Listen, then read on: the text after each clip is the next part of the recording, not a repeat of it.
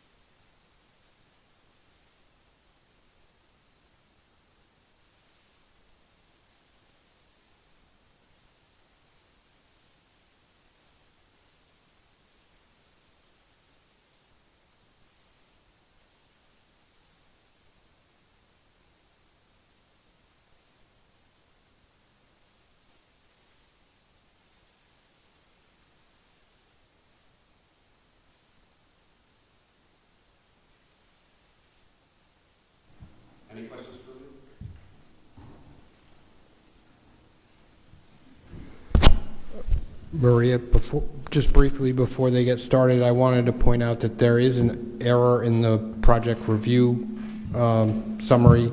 The apartment on the second floor is 4 bedrooms, not 2 bedrooms.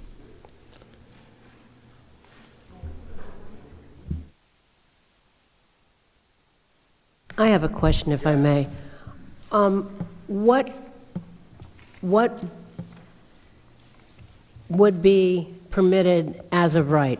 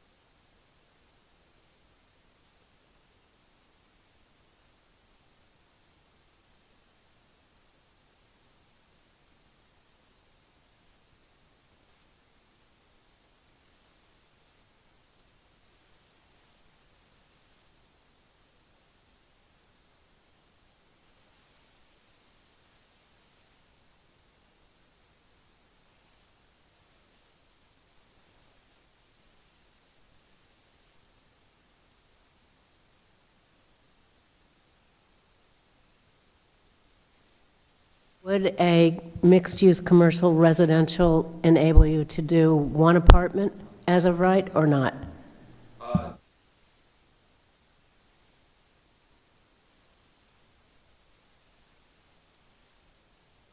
Described in our reading materials, the proposed use requires 10,000 square feet of land to support the density. And the current lot is 6,534. But it also suggests that the commercial component requires 5,000 square feet, and each apartment, I'm assuming it was each apartment, would require another 2,050. Yes, I have that the commercial requires 5,000, Uh-huh. the residential requires an additional 5,000. And we have 6,534. So why aren't you considering one residential rather than two? It economically does not work.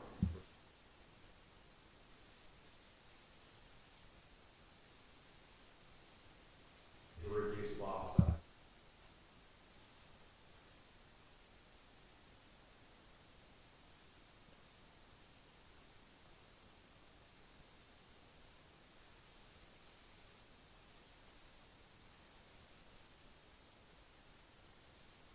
And you made it clear that if it were exclusively residential, it could be multifamily. How many units is that?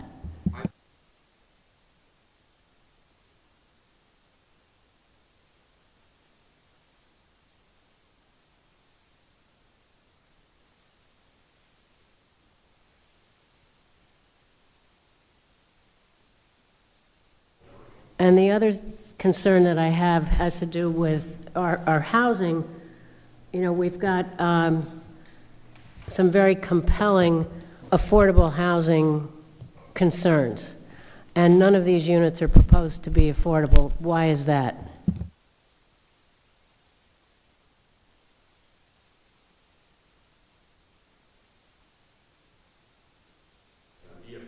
No, I understand that there's no requirement that they be affordable, but that is a concern that's transparent in the comprehensive plan.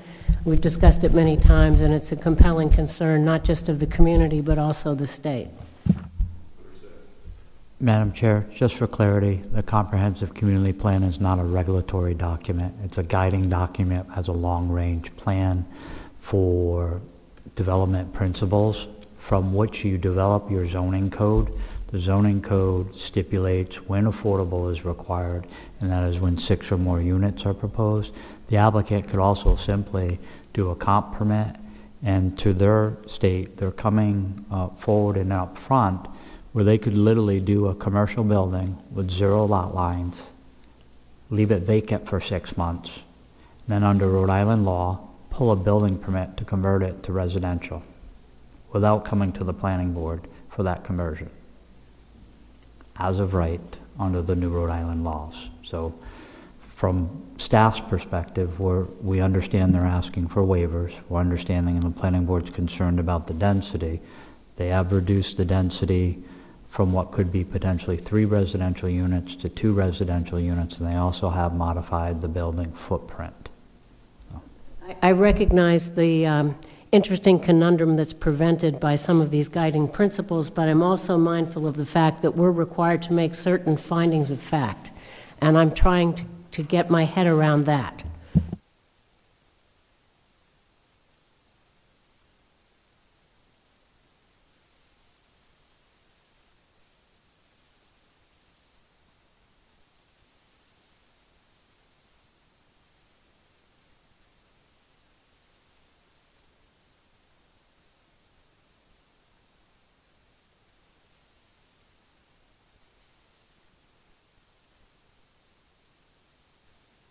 But we do think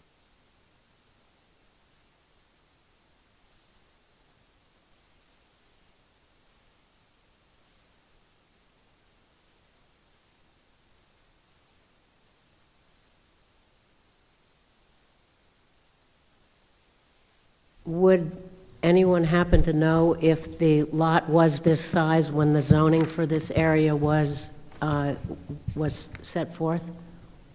I don't have that data, but it would be surprising to me if this, I am not.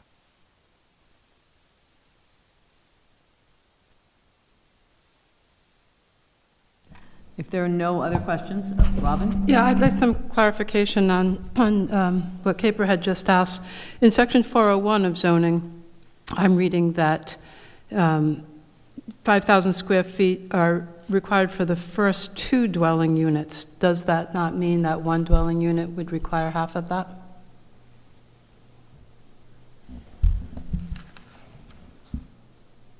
No, it's a 5,000, It reads 5,000 square feet of lot area for the first 2 dwelling units yes, and 1,200 per each additional dwelling unit. that's correct. So that assumes that you're going to have 2 dwelling units? Yes.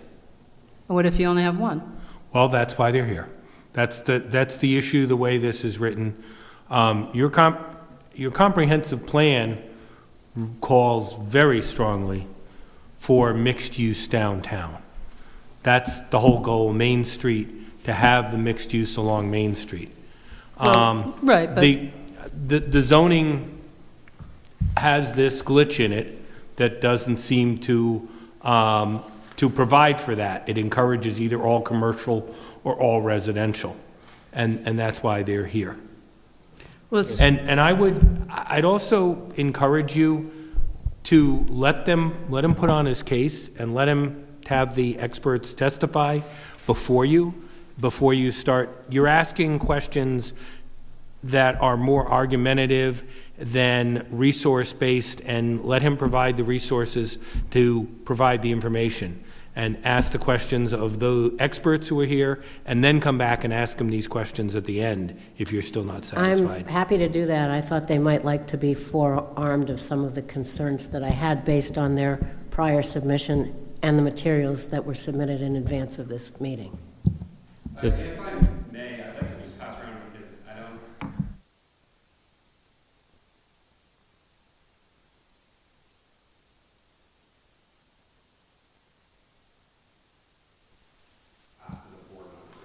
Certainly.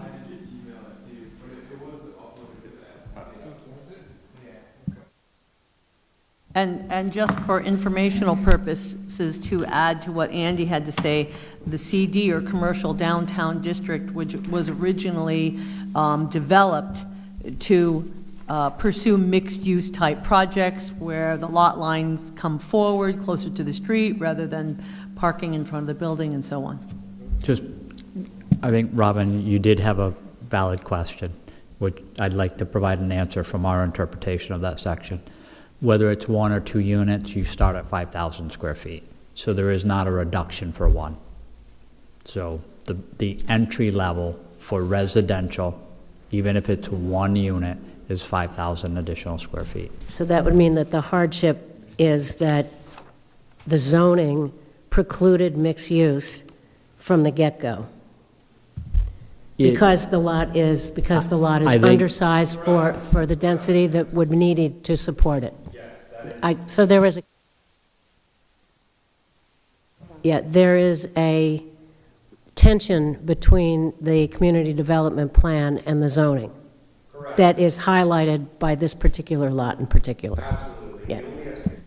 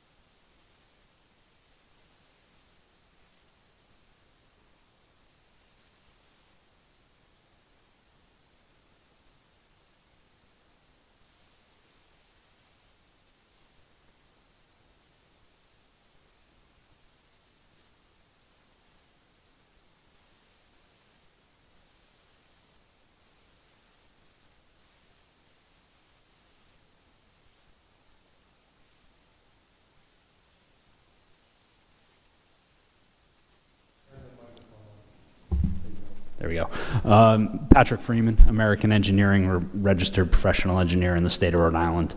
I'd like to address the siting of the building and the driveway. The primary reason for the orientation we proposed from an engineering perspective is stormwater management. The town requires that we provide stormwater runoff mitigation for the 1, 10, and 100-year storm event as part of our site design. In order to satisfy this requirement, a significant stormwater management system is required. We're going from an existing grass and a couple trees lot to paved parking and a structure. So there is an increase in runoff created by the proposed development. In order to mitigate that, the first step that we take to designing a stormwater management system is to do soil evaluations to establish the seasonal high water table. We perform 2 soil evaluations on site. We have test holes 1 and 2. Test hole 1 is located in the northerly portion of the site along Main Street. The depth to the seasonal high water table is 48 inches.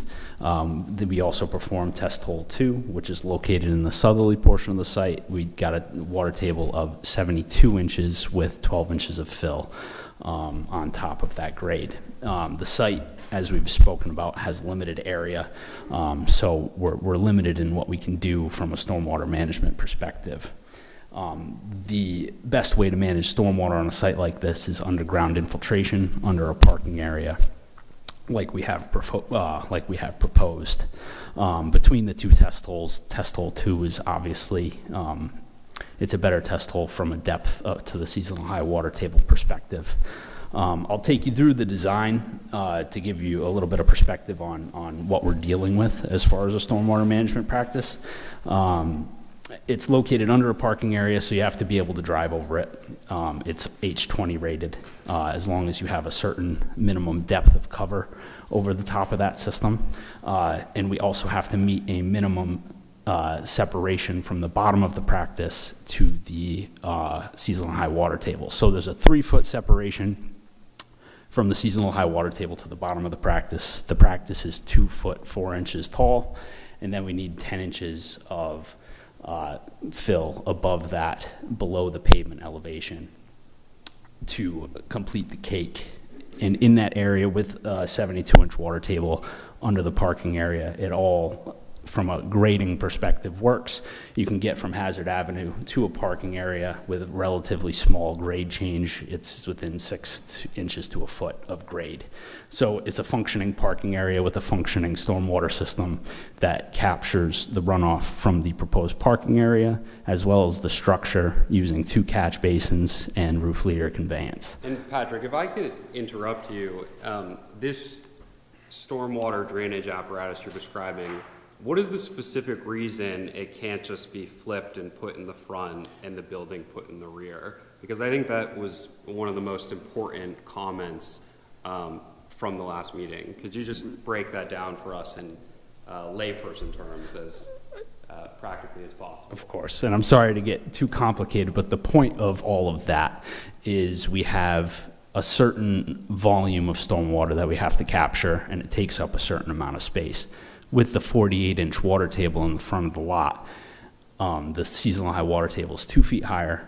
That raises our practice 2 feet, as well as the pavement that would be a proposed parking area in the front of the lot by 2 feet, putting the elevation of the pavement for a parking space in the front of the building at elevation 54, which is 5 feet above the grade of both Hazard and Main Street. So it's simply not feasible due to the seasonal high water table to put a parking area in the front of this property. Does anyone have questions about that component of Patrick's testimony? Okay, Patrick, the second thing I think you were asked to look at after our last meeting was sight lines for vehicular traffic, and in particular with respect to the intersection of Main Street and Hazard Ave. Can you walk us through the analysis you performed and your conclusions since the last hearing in that regard? Sure. Would we be able to bring up sheet 5 of our plan set? Sure.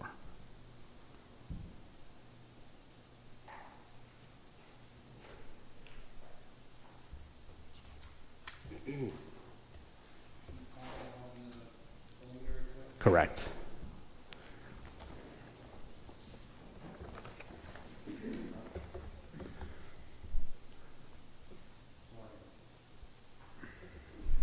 That's okay.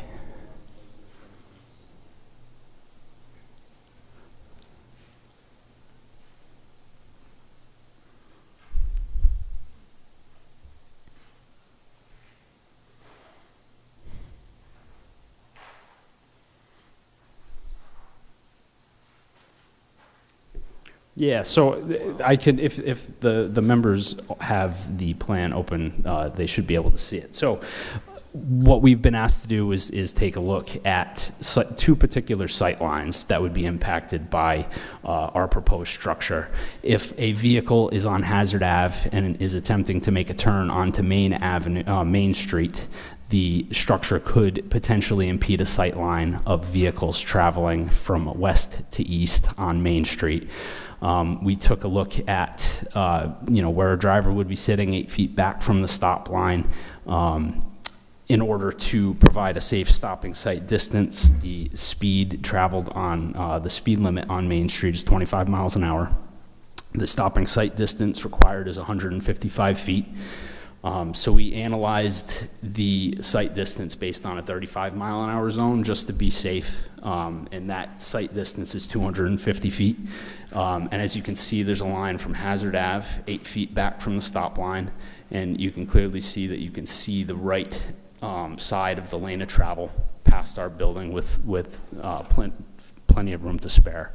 In that same concept, we looked at the driveway for the abutter lot to the west, lot 72. We wanted to make sure that our structure wasn't going to get in the way of their sight line looking to the right to see oncoming traffic. So we also proved that there's 250 feet of visibility from the back of the sidewalk, back 8 feet. They have unimpeded sight lines from our structure to oncoming traffic. So is it fair to say, Patrick, based on that analysis, it's your conclusion that the location of the building on site doesn't impede sight lines for vehicular traffic? That is correct. Are there any questions for Patrick with respect to that portion of his testimony? I would actually like to ask our town engineer, Mark, if you have any comments on the site distance or anything related to the intersection traffic.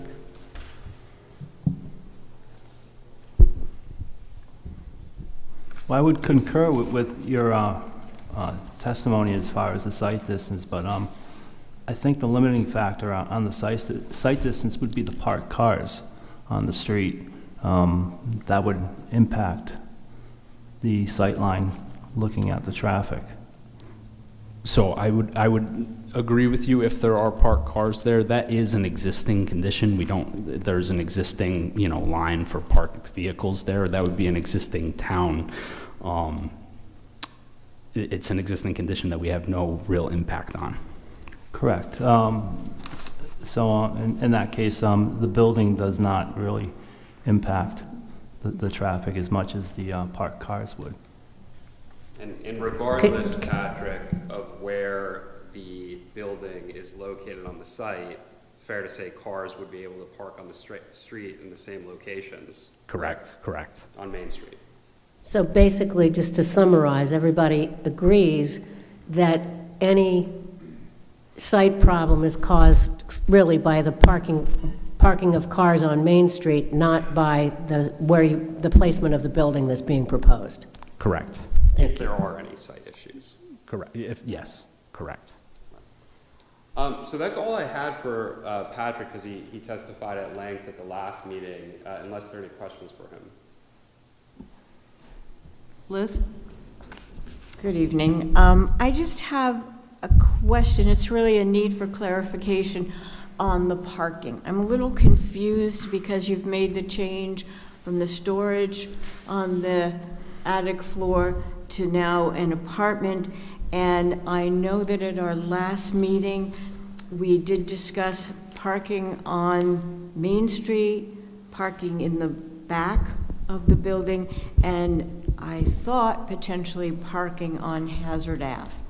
Could you just review the total number of cars that we're now dealing with, and if that's changed by your floor plan changes? There are no changes by the floor plan changes. The number of on-site parking spaces remains 5 and is consistent with the zoning requirement.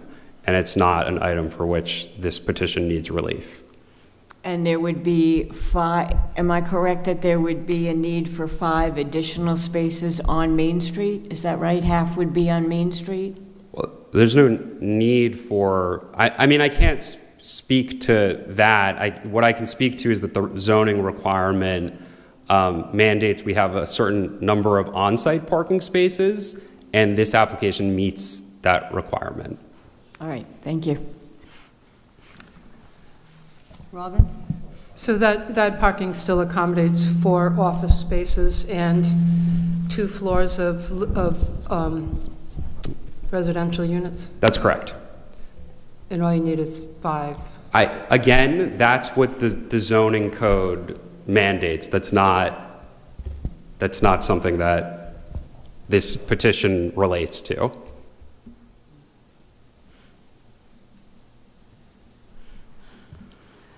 Question that I'm not sure if this came up at the initial meeting.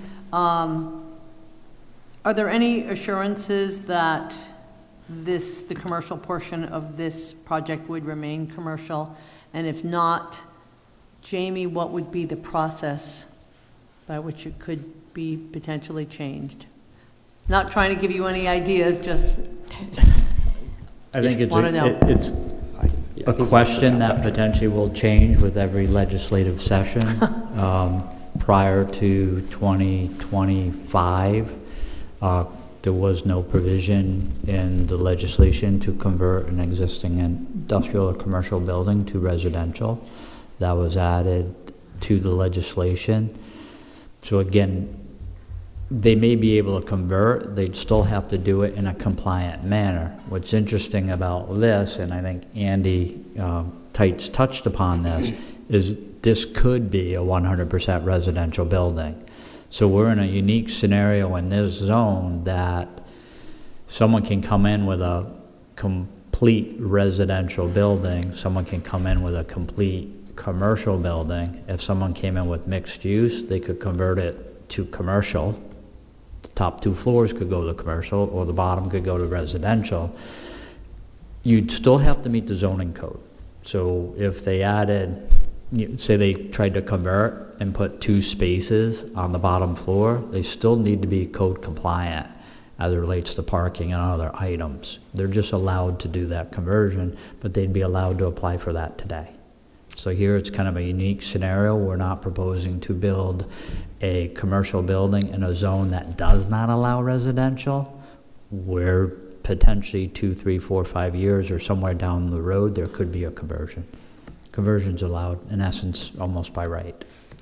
And just as a refresher, because I know it was late last meeting, the purpose of having the commercial on the first floor is for a related entity to the petitioner to locate the administrative offices for their construction business there. And that's Neal Brothers Construction, Inc., which is run by Zach and Nick Neal, who are behind me, who are graduates of South Kingstown High School, are from this community, and want to change their remote situation to an in-person one. And there's no present intention to do a conversion. Frankly, it would have been easier for us to just apply for all residential.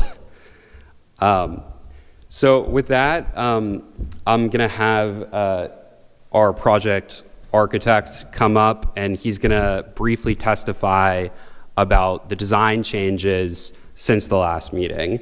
And maybe we could go to that slide deck that included the in-context rendering for Dan to walk through that deck. Do you want Patrick to go over the You setbacks? can do that.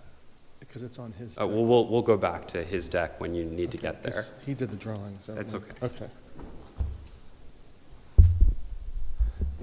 You might want to go to the first cover page. Could you just Oh, state we're your here. name for the record, please? Sorry, Daniel Herkenrother from Herkworks Architecture.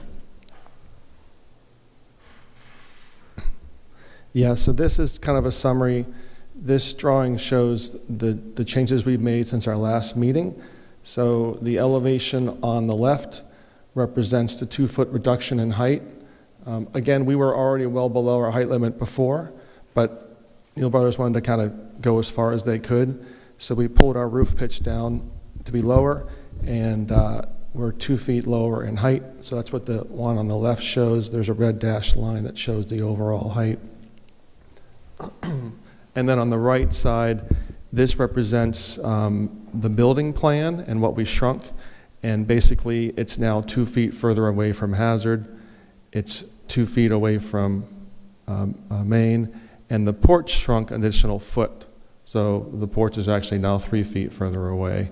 So I believe off of memory, it's like 16 feet to the building itself, and I think 9.5 feet to the porch. The dimensions are on that, I just can't see it from here. But I thought this was an important sheet to start with. The rest of the views we'll see later represent this new reduced massing of the building, but this kind of summarizes the changes we've made since we last met with you. Do we want to take any questions now, or? Sure. Questions? I just want to say that we appreciate the modifications that you've made. We appreciate the effort in the architecture. We don't have architectural standards in this part of the community, so we hope to at some point, but thank you for the effort. And Jen, I don't think we need to go through every slide, but perhaps you could just speak to the in-context rendering and what the size, scale, and massing looks like following this 2, 2, and 2 reduction on sort of 3 planes. Right, yeah, so these 2 images, you can flip back and forth to see the existing site as it sits now with the proposed house. This just shows you the scale. This is the current reduced massing of what's there, so my software gets it mostly accurate within a couple feet of what it really looks like. So this gives you an idea of the scale of the house, and this represents a 2 feet lower, and then the 2 feet reduction on both dimensions, and the porch is now 1 foot farther back in addition to all of that. And the setback from Main Street from the property line to the porch is 9.4 feet, is that correct? That's correct, yes. And it's 5 feet from the property line on Hazard Ave, is that correct? Yes. Okay. And this is a zone where setbacks, are you familiar with the setbacks for this zone? Yes, we could be as far up as we want to be, so. So it's 9.4 feet setback from Main Street where 0 feet would be allowed, correct? Yes. So I don't have anything else for Dan. The sheets of the interior layout speak for themselves, so unless there are questions for him. Questions? Susan? Hi. Hi. I do not have an earlier version of the plans with me tonight, but has the floor elevation changed in this? The artist rendering looks like there's now stairs where there was not stairs in an earlier rendition. Has that floor elevation changed? No, the floor elevations, meaning the floor heights? Yes. Yeah, the height of like where the porch is relative to the property line. I think that the rendering is missing the existing retaining wall. Correct, yeah. So there's a retaining wall that's there that is on the front of the site. The height of the first floor is the same as it was before from first floor to grade, and second floor is the same as it used to be from first to second. Thank you. Okay. The retaining wall is staying as is? Correct, there'll be a break to get to the stairs. Yeah. So there'll be either steps over the retaining wall or it'll be broken, but the retaining wall remains for the rest of the Thank you. front. Thank you, Dan. Thank you. Other questions? So that's all we have Thank for you. our presentation this evening. I'd like to just reserve a few moments after the Yes, public of comment, course. if I may. If there are no further questions from board members, I'd like to go to the public hearing portion. Is there anyone who wishes to speak? Please come up to the mic and state your name for the record.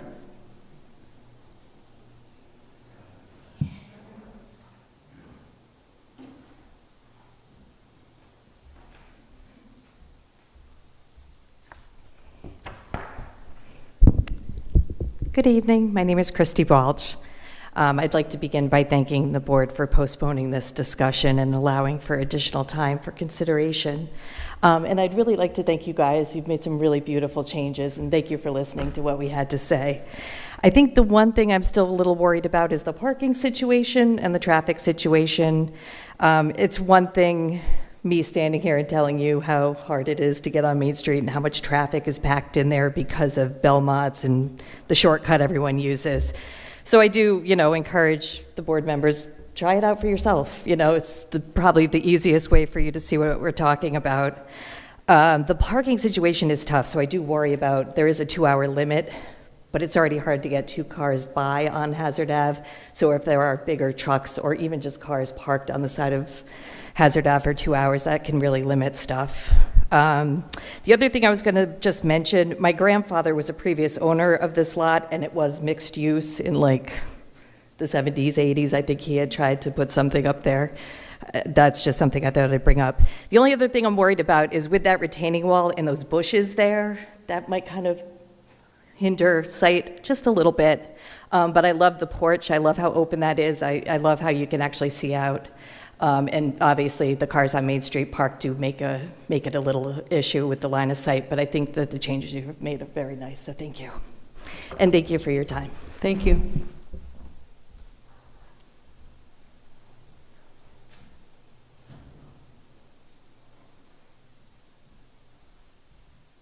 Hi, my name's Melissa Falkenthal. I am a resident of 48 Hazard Avenue. As Christy just brought up, parking is an issue, and the other thing, as being one of the houses, Hazard is a dead-end street, and we already have a lot of traffic with people who think it's a through road. There is a dead-end sign as you turn off of Caswell, but it's up pretty high on a telephone pole, and I appreciate local people having local business, and I'm all for having something built on that property. We've been looking at kind of a mud pit for a while now, but I didn't know, with this being passed and I think you said there's 5 parking spaces, and how many residents would be in there? Like, so I guess I'm wondering, is the expectation? If you could just address your questions to us, Okay. and then we'll make sure he Oh, answers sorry, them. that's right. So if there's 5 parking spaces, and obviously more residents and more business people, where is everyone parking? Are they coming down to the end of the street and parking, on my grass and walking up to the business? Or again, it's 2-hour parking. Is it suddenly going to be overnight parking? And then I don't know if we propose to you that we put up better signage, so perhaps at the end of Caswell Street, it can say dead end with an arrow to the left, as well as one coming from Hazard. So once you go past their business, people can realize that it's not a through street, because again, we already have so many cars turning around in all of our driveways, because without having an extra business and residence, people, and again, like Christy said, just trying to get in and out without having a business and more residents at the end of the road is difficult. Thank you. Mr. Monti, would you like to respond to what To you just- are able? Yeah, so Yes. just to that comment, so the proposal is 1 2-bedroom residential unit and 1 4-bedroom residential unit. So, it's hard to say the precise number of cars, but maybe 1 car for the 2-bedroom and 1 or 2 for the 4-bedroom potentially. But that could fluctuate. Thank you.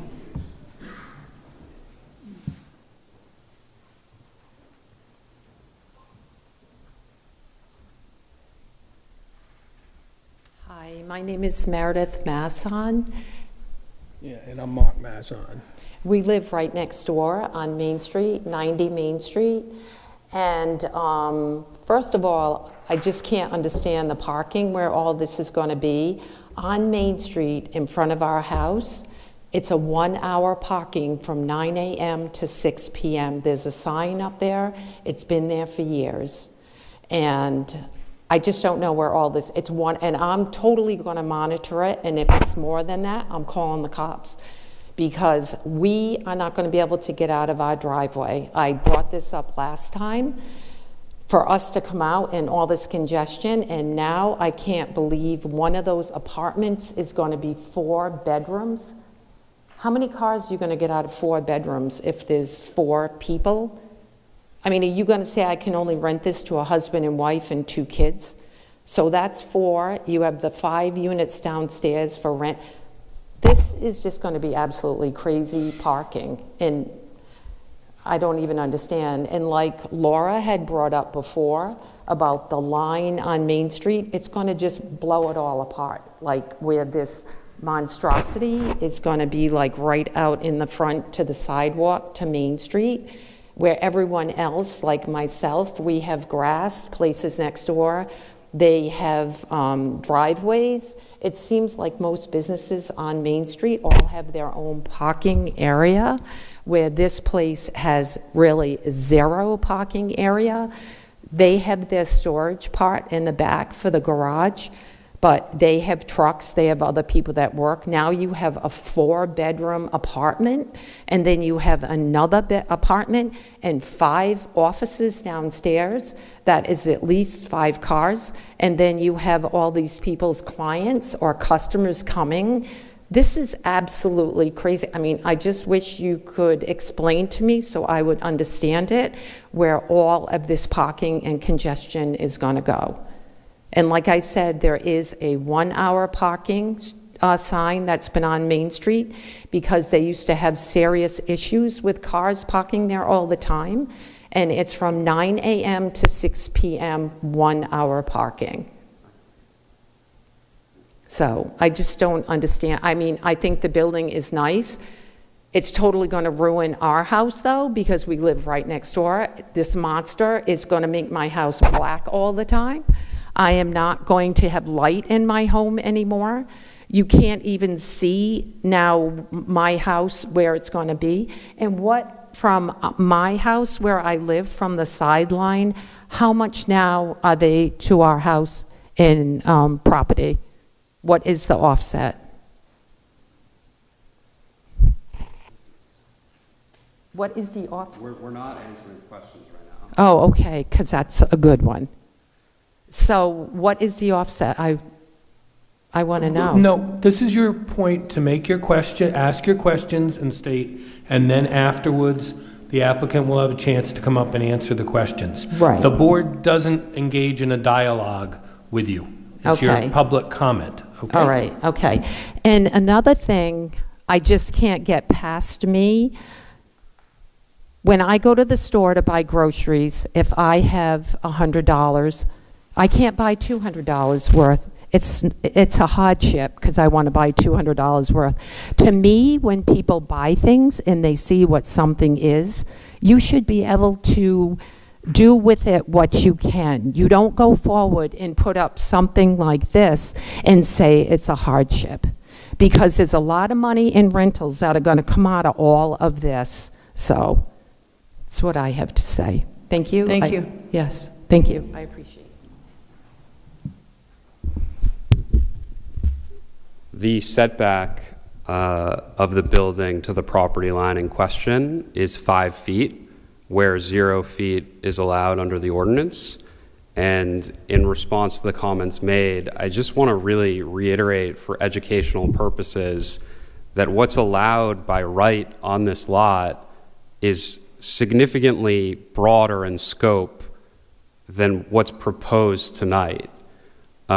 So by requesting this variance, we need to request a variance to do a mixed use in this fashion, but there are larger scale developments that are permitted as of right as either wholly commercial or wholly residential.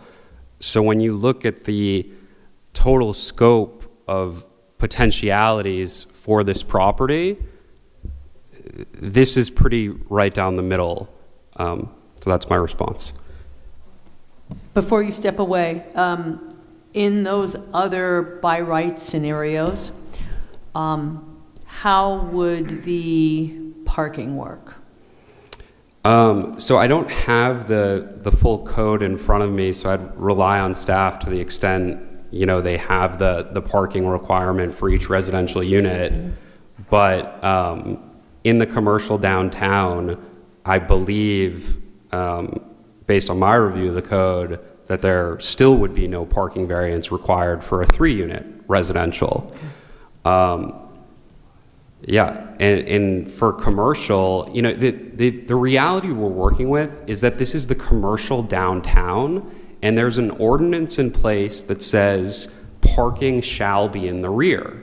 And there's an ordinance in place that says whatever parking is ordinarily required in other zones gets chopped in half, essentially. So these are not things that are special to this project. That's a broader issue that, would be zoning code amendments. But this applicant is working well within the rules and is asking for one variance, which we think we've demonstrated the hardship on. But if we haven't, then this developer or a different developer is going to come back with a design that is by right in many respects and might be much less preferable to the community. So these applicants, who again, I want to reiterate, are local guys who have a business in the community, are trying to design something that, maybe it's not, this design isn't perfect for them. They wanted to do a different design in the first meeting, and they were going to request a parking variance and do another unit, right? And then last meeting, we came up with a design which we felt met the standard for the board, but we heard the feedback, and they're shrinking it. And they're trying to do something that's a compromise that works for everybody, while not making everyone, perfectly happy, including the petitioner. Thank you for the explanation. Madam Chair, just yes. on the regulatory side, because I think you had a regulatory question there. As was stated by the applicant's legal counsel, there is a provision within the zoning code within the commercial downtown that allows all parking requirements to be reduced by 50%. So in this scenario, or a residential scenario, each unit would require 2 parking spaces. So if you look at their ability to fit 5 parking spaces on site, utilize 5 parking spaces off-site, if they built a completely residential development, assuming they can fit the building, and they can go 0 lot lines on that building, they could do 5 units. 5 residential units will require 10 parking spaces. They're allowed to reduce that by 50%, 5 on-site, and they're not required to provide where the other 5 are. They're absorbed by the community or the street. Does the number of bedrooms change the parking? It's per unit, not per bedroom. And Jamie or Mark, is there anything that any information you can provide relative to enforcement of the parking situation? Since that was something that was brought up with the 1 hour. Again, 1 hour in the street from, I believe it was stated, either 8 a.m. 9 to 6 p.m. or 9 a.m. to Yep. is by ordinance and controlled by the South Kingstown Police Department. Yep. So if someone violates that, they're potentially subject for enforcement. So that is not something planning and zoning Correct. polices. That is a standard within the community, no different than if you were parking here or if there's a 2-hour limit in front of the Sheldon block or on Robinson Street. That is a ordinance that's enforced by the South Kingstown Planning Code. Again, the regulatory side of it, if 10 parking spaces were required under this development, they're required to park 5 on site, and then 5 are absorbed within the community. Thanks, Jamie. Is there anyone else who wishes to speak?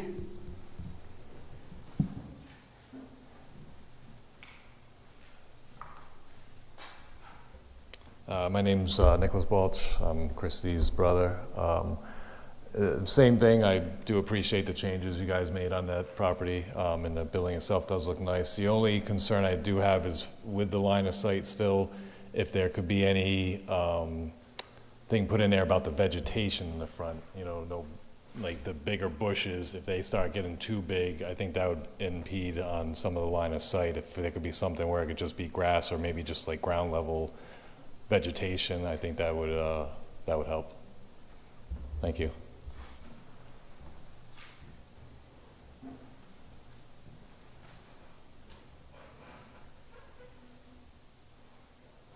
Please come up to the mic. State your name for the record. Good evening. I'm Lori Keene. I own 74 Main Street, across the street from Hazard Ave. The other month in the last meeting, I still am very concerned about the building placement, because as established before, this is a bookend to the block, and the interior lots will never be able to match the size, scale, and or location of it. So as the zoning planning board combo, I think it is important that, because there is relief being asked for, that that is the reason you're meant to look at the contents of the context of the site. However, I appreciate the changes and the effort made, as everyone else does too. So I would urge a review of what is driving the size of the drainage situation. It seems to me, in my experience, that it's usually something you can work with, especially with a water table of 48 inches. That seems like a generous one. So I would urge the question of what's driving the size, and if there's any other option or combination of options that might be available to allow for more maneuverability on the site. And then to address the cloud of, I could just do it by right. I think it's important to note that that's not what's in front of the board. That's not anything anyone's seen. And what we're looking at is what's being asked for. If it was done by right and then came back for an adaptive reuse later, that would require different code and egress requirements. And I don't think it fits the spirit of the zoning and the adaptive reuse because it would kind of have to sit there vacant. I don't think that's what they want to do. It seems a little convoluted and kind of putting the board in a situation that doesn't feel fair, to be honest. So again, it comes back to the location on site because that's getting locked in. To Jamie's point earlier, that legislation changes all day, every day of every month, honestly. And so once the building is there, whether it's all residential, all commercial, mixed use, that's all going to become before everybody. But what's not going to change is where that building is located and the size and scale of it. So I think that is all I'd like to urge the board to consider further. Thank you. Thank you.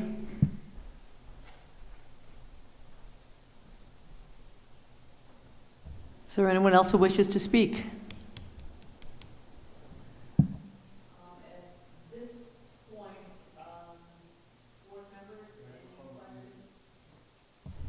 Any questions at this point from board members before we consider closing the public hearing? I do. Susan? We saw a landscape plan back during the fall, and I'm trying to recall what our conversation was about that, but I recall we talked about how a number of the plant varieties that had been chosen were either very seasonal, deciduous, daylilies that bloom for a day, grasses that are maybe not as attractive during some times of the year. And I think we were going to see a revised landscape plan. But then I also want to ask, if you're setting the building back a couple of feet in two directions, whether there will be a revised landscape plan to accommodate for that new space that you've created by moving the building around. Yes, so in this slide deck, a couple slides later, you'll find the landscape plan, and the landscape plan has notes that were revised to reflect your original concerns. This landscape plan wasn't provided by me. It will be updated to match the additional footage we've set back, but what you have in front of you does not reflect that yet. So this is the original plan with the notes that were changed, but this addressed what I think was most of the concerns about evergreens instead of deciduous. Sorry, this is a new version of what we saw, or Same version from last month, but this is the version that was revised to reflect your comments that you had about the original landscape plan. What? So, Matt, just for clarity, they submitted an original landscape plan that you commented on. They have supplemented their application material to take into consideration substitutions for plant material, given the comments about grasses and seasonal color. So it would be nice to have had that in the packet to actually... And that also adds plant material or different plant material to accommodate a couple of extra feet on each side of the building? In all likelihood, that will be lawn. You're going to have a 9-foot planted bed, or it's going to be a combination of a planted foundation plantings and lawn in the front, like the other homes on the street. And I've confirmed that with the petitioner as well, that statement relative to lawn. Do you have a hard copy of the landscape plan that we can pass around? We usually get a chance to look at any revisions. This was revised in the review. Yeah, I think... It was printed out and given to you guys. So I think just because I'm on the microphone, what I understand to have occurred, and I don't have new handouts for you tonight, so I'm going to be upfront on that, but that there were comments made about landscaping, and that yes, those comments were reflected prior to your last meeting and handed out in that material. It's just that didn't necessarily reflect the 2-foot difference. That's correct. And, okay. That is correct. Sorry, and you did remind us that we saw you at midnight in November. That's So correct. Our commentary on your landscape was 2 meetings ago? I'm sorry that I don't remember that. I think it was likely at the concept plan review, because we've only been before you, I believe this is our 3rd time. So there was a concept plan, then there was our late night together, and now we're before you again. Thank you. I don't think they need further comment. So just hang tight.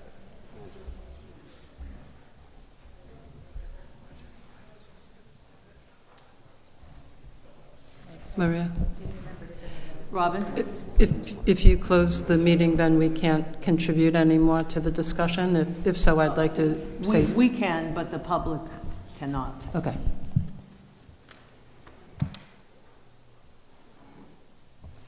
Would someone like to make a motion to close the public hearing? Do we need to do a last call? Are we good? The people? Is there anyone else who wishes to speak who has not spoken? As no one is interested in speaking, I move we close the public hearing. We have a motion from Caper to close the public hearing. Do we have a second? I'll second that. Second from Susan. Any further discussion? Hearing none, all those in favor say aye. Aye. Nays? Did you folks vote? Susan, Caper? What? Voting on closing the public hearing. Yes. Motion carries. Thank you. Comments, questions for staff and/or applicant from board members? Robin, you had something? In dealing with this idea of hardship, if I were to buy a lot that provided 65% of the area required, I wouldn't consider that a hardship. Maybe that's a good deal. If my lot is only so big, then I can only build so big on it. That's why we have zoning ordinances. If, in fact, the hardship that you are stating you have is the 5,000 square feet for the first 2 units, and you were going to knock that down to just 1 unit, then I could see that as a hardship, that, yeah, your lot isn't big enough for all those units. And if you had commercial on one floor and residential on another, then I could understand that some leniency should go there, that maybe that is a hardship that is undue. But just buying a small lot and wanting to put something big on it isn't a hardship. It's a good business move.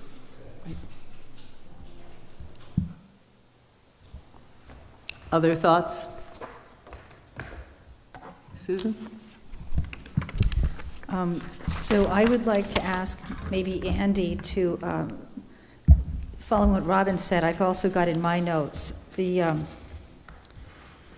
hardship question, and it says in here as a required finding, the fact that a use may be more profitable or that a structure may be more valuable after the relief is granted is not grounds for relief.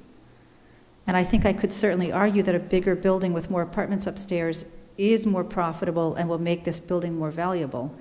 And according to this text, that's not grounds for relief. So could I just understand appropriate grounds for relief if it says in here that more profitable building is not grounds for relief?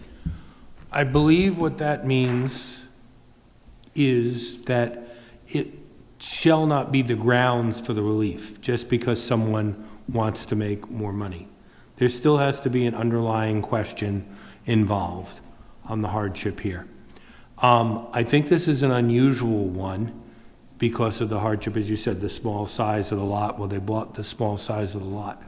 But clearly there is something going on in our ordinance where the size for a mixed use, which is what every bit of our downtown plans call for, the idea of having that liveliness on the street, the mixed use, getting commercial use there on the first floor. And yes, that's traffic. That's cars coming and going. That's the 1 hour parking. The people who are coming, the customers who go meet with these people, they all park in those spaces on the street and have to leave in an hour. That's what our whole plans and concept are for. And as you look at it here, we have a conflict with our ordinance, which is not surprising given the complexity of South Kingstown's ordinances, that it doesn't actually encourage what we want. And that's not the first time nor the last time we're going to encounter it. but we don't have the time to go amend the ordinance. These people are here with a plan which seems to otherwise fit in with everything we are looking for with downtown. We don't want parking in front of our buildings. We want the parking behind it. We want to have infill lots. We want to have density. We want to have mixed uses. It seems to fit all those things, yet the hardship is they can't even have one residential if they wanted to because of the way it's written. So you can't say, well, they're trying to cram too much residential. They couldn't even have a single residential unit because of the way it's written. It says 2 units, 5,000 square feet for the first 2 units. So they need that extra 5,000 square feet no matter what. So I do see it as a hardship, yes, the size there that doesn't allow for those residential units where it's otherwise appropriate for the area. I do see that as a hardship amounting to more than a mere inconvenience.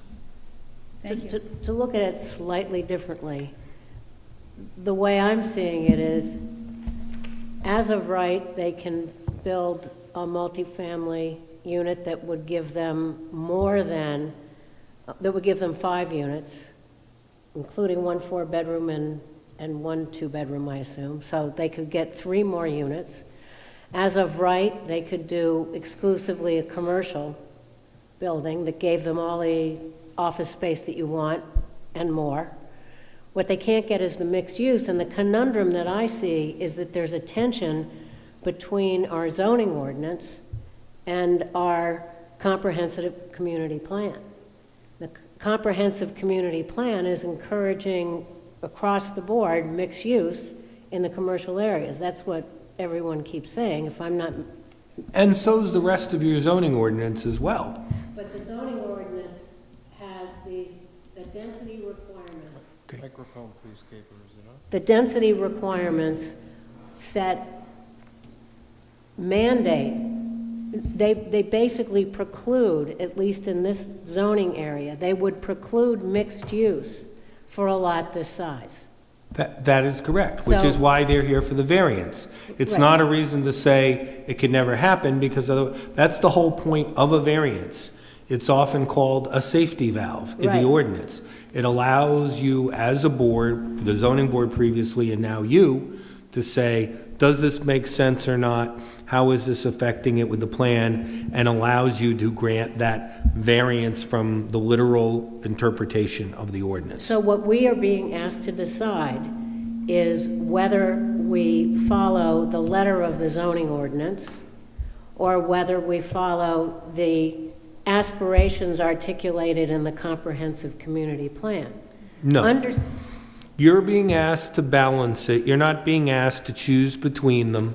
You're being asked to balance it and look at the plan as presented here with all of its elements and determine if there is a hardship, which I think there is, and you may think there isn't, but is there the hardship? And if there's the hardship, then are the other questions. Is there substantial harm to the appropriate use of the neighboring property?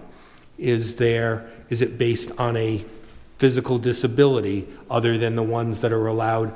Those are the standards that you apply, and you balance it out and determine whether you would grant it or not. But I'm having trouble seeing the hardship, because there's no hardship in the sense, that's not the tension here, because they could do either multifamily or they could do... Well, that's up to you to decide. If that's what you want, then that's your decision. You don't see the hardship, you see it should be either all residential or all commercial, and that's your decision. That's how you can vote, if that's the way you see it. Thank you. There certainly is Capers word tension, but there is finding a balance between the definition of what the commercial downtown zone is supposed to be and the specific criteria contained within that. That's where the balancing comes in. But the way I read the two as being compatible is to say mixed use only makes sense in those instances where there is a minimum of 10,000 square feet. again, I think, I know it's yeah, reading between the Right, lines, but but- it is an interpretation. that's why they're here for the waiver. Again, Madam Chair, just to follow up on what Caper has said, I understand the point that one interpretation can be mixed use makes sense when you have X, Y, and Z, but in this instance, you could develop this property at a much denser aspect, 5 residential units, 10 parking spaces, and someone will argue there will be guests when there's 5 units there, so potentially more, and those are potentially spaces occupied longer throughout the day because you have 5 of those units. You could also do a retail business here, allowed by right, 0 lot lines. And if everybody doesn't understand what 0 means, build the building on the property lines. Front building setback, so sidewalk, property line, building. No architectural standards for those buildings. It could be a square box. That could be completely retail. They could build a restaurant. They could build a coffee shop. Those are allowed by right at a much denser scale, higher intensification. I think what our legal counsel has told us is that you're weighing those rights at a higher density, potentially larger impact, with a developer coming in kind of caught between the two, proposing what you could conclude as a less dense project, 5 residential units versus 2 residential units with some office space for a contractor's office, versus perhaps a coffee shop or a restaurant or a retail outlet. So I think to legal's point is that there's, and I think Andy referred to someone could view a glitch in the regulations that didn't contemplate the fact that your comprehensive community plan, as well as your downtown commercial district and your goals of infill development, weren't completely contemplated when you looked at the actual lot size within the district. There are a lot of small lots like this within the zone. And you could argue, Caper, and I understand and respect this, that someone could come with an interpretation that says, in order to do this, you just need a bigger lot. And I would tend to agree with that if the regulations didn't allow you to do a fully commercial project at a higher density or a fully residential project at a higher density. And I think that's where the conflict exists.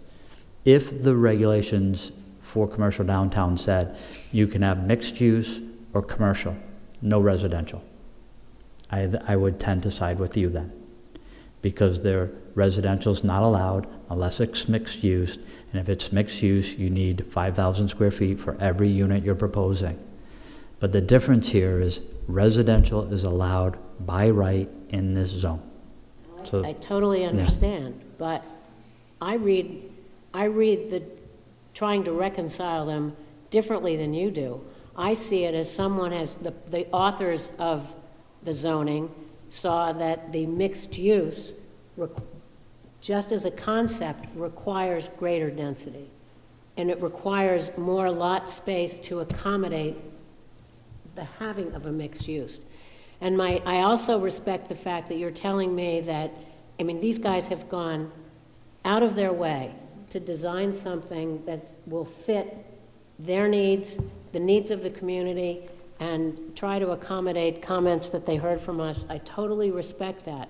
What I'm struggling with is when I look at the proposed findings of fact that I'm being asked to say that I find, I'm struggling with an inability to do that, because when I read granting the finding of fact, granting the requested lot area variance will not alter the general character of the surrounding area or impair the intent or purpose of the zoning ordinance or the comprehensive plan, I can't say that I see any evidence to support that statement. I'm at a loss as to how I'm supposed to make that finding of fact. again, I have, if I may, I have legal counsel sitting to my left and your right. I understand that finding, but the finding of impact correlates to the fact that they could do a much larger development as of right on this property.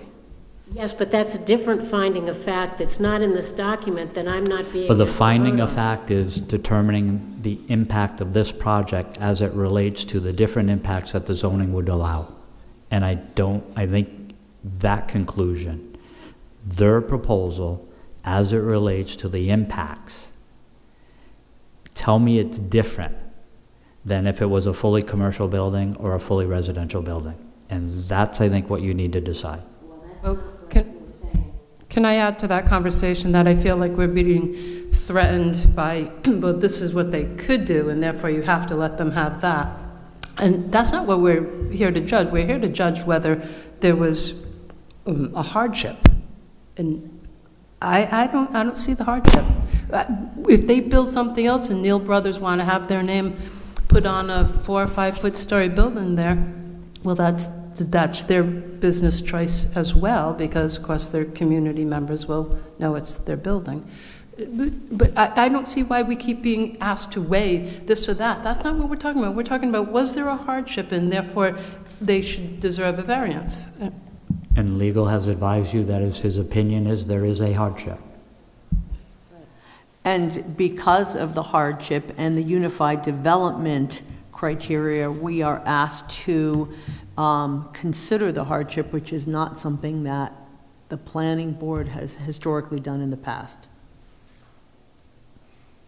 So it's definitely a different situation. I understand your comments relative to the language in the criteria for approval, but I feel we have to balance that with the efforts that the applicant has made, engineering-wise, architecture, landscape, to modify the proposal to better fit in with what the overall goals of commercial downtown zoning district is.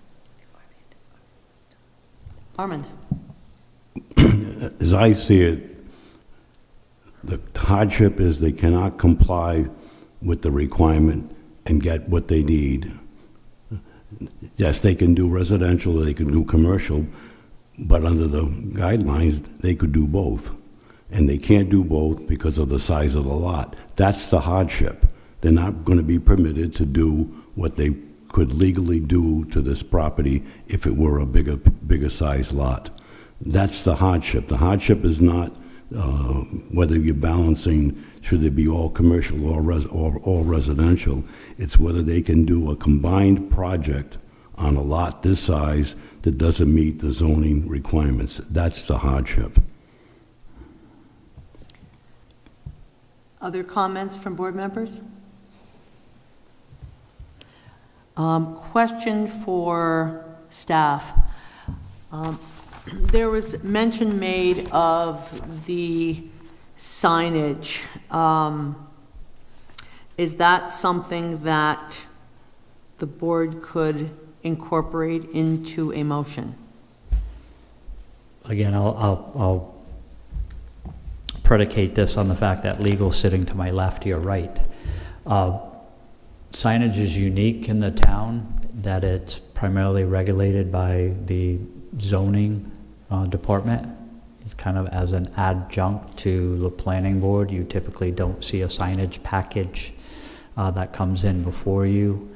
I think, in the commercial district, they actually allow some internally illuminated signage.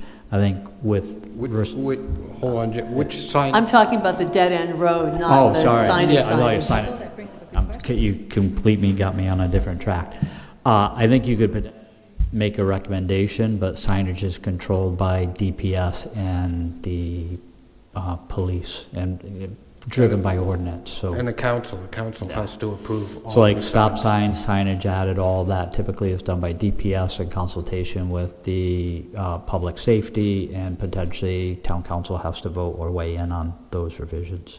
But again, it's something you could explore, or staff can have that conversation with the DPS and public safety. I do have 4 items. Before you get, just wondering if that is something, that language that could be added to a motion that would have sufficient merit so that it would be strongly considered? I think what Peter Schwartz has advised you in the past, that would be a separate motion, not included in the approval, because the approval motion would be suggestion to the planning director to contact public safety to evaluate. I'm just thinking of language, Maria. Evaluate and determine whether additional signage needs to be added or relocate, or existing signage needs to be relocated. I think in those instances, Peter has asked you prior to do that in a separate motion and not include it in a condition or approval motion. Andy, any? Yes, I concur. I think those recommendations should not be part of your approval motion. And remember, so you're going to have two motions, one for your Unified Development Review as far as the variance, and one for the approval, the combined master and preliminary plan of minor land development. And the zoning needs to come first. Susan? And then Jamie's. I've got two small questions. And I should have asked earlier, but I wasn't thinking about it. Are we not allowed to ask the applicant questions anymore? Or is that public part done? And my question would be about, is there identifying signage being attached to this building, or worse yet, freestanding, that we never saw in the plans that we need to address? So with regards to the building signage, typically that's handled by the zoning department after Okay. Planning approval. They're allowed to, whatever signage complies with the zoning. Right. If they want to put something more than what's allowed by zoning, then they'd have to come to the zoning board for it. Okay. So my other question is, if they build this structure with this mixed-use component and then sell this structure, are there any limits to what sort of commercial or retail or food service could be allowed on that first floor? I think there are limits in the zoning ordinance what's allowed in downtown on the various commercials. I don't know it all by heart, but it's basically whatever's allowed under the zoning ordinance in that zone, which would allow most things. Don't forget, it's not very big, so no matter what, they can't have anything that's very big there just because of the size. I'm not. No, I think to follow up on what Andy's advising you on is that the limitations are going to be the requirements for parking. So they're proposing 5. You look at the regulatory side, that gives them 10. So to convert the first floor to restaurant and all, like, that would require more than 10 spaces, so that would be potentially prohibitive in nature. It could convert to another type of office. They're doing this as a contractor, kind of build design office. Could it be an accountant's office? I'm pretty sure that zoning would make that from one type of office to another type of office. It may, again, switch if it goes to medical, because, again, the parking's a little bit different for that based on office visits. Hair salons are a little bit different from a parking perspective. But again, it's going to be driven by the number of parking spaces being provided. That's 5 on site and 5 that they get regulatory relief as of right through the regulations. So it will be And some Jamie, limitations. I don't think it's carte blanche, Susan. So with the on-street parking, though, that doesn't make it much more lenient. So you're saying it could not become a 7-Eleven? It couldn't become a little coffee shop or a country store, like that kind of retail space? Or It would have to come back to us for DPR if it was going to be a change that dramatic. From one kind of office to another kind of office, no DPR, because it's within the same classification. But once you change to a different classification of commercial use, so if you go from office to restaurant or office to retail, it's going to have to come back to you for DPR to evaluate things like parking and in combination with that new use. And Jamie, before you go through your list, I just want to clarify the procedural aspect of this. We would need 2 motions plus the letter as discussed relative to the signage, correct? If that was your intent to add that kind of non-regulatory but suggested Yes. correspondence? Yes. But in our packet, I only see one motion. I think the Unless I'm motion was missing something. potentially combined, but we can pull that apart.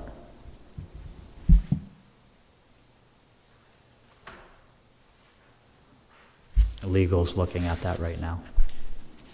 So Maria, while legal looks at that, in the motion and listening to the testimony tonight, both by the applicant, the public, and planning board members, I would make potentially 4 suggestions.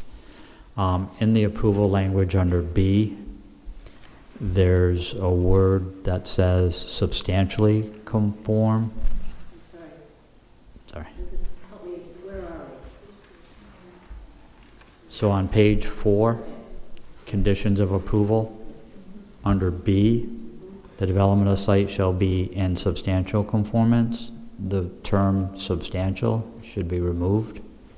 Site plan should be in conformance or compliance with the approved plans. I would add or recommend adding an H, just clarifying that all utilities shall be installed underground. Again, required by our regulations, but I think we've seen some questions come up of where does it say I have to do it? You know, and if we put it on the site plan, it makes it clearer, and if it's in the approval motion, it's even clearer than that. Item I, given the nature of the use, no outdoor storage of building products and/or material. So again, they're proposing to have offices and indoor storage. There should be no pallets of material in a parking space or on a lawn or in a landscaped area. And then J, final landscape plan to be reviewed and approved by the administrative officer and revised to reduce the number of grasses and add seasonal interests.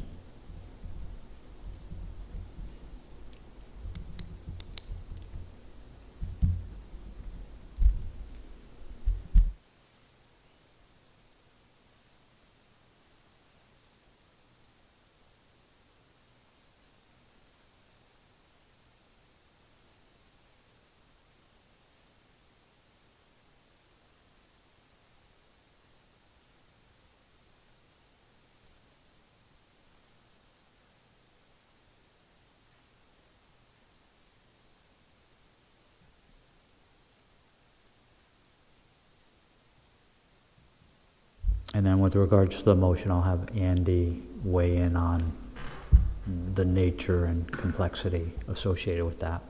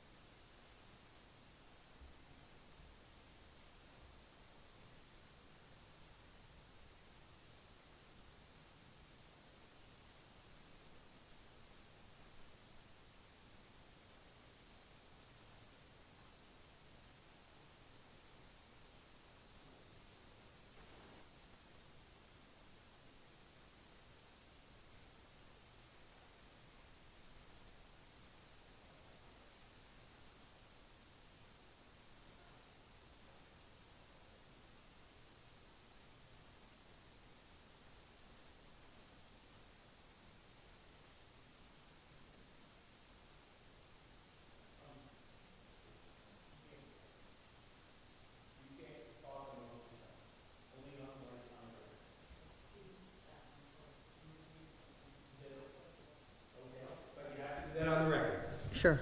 It's a public hearing. It's a public meeting. Why don't you ask Jamie the question about the numbers on the... Okay.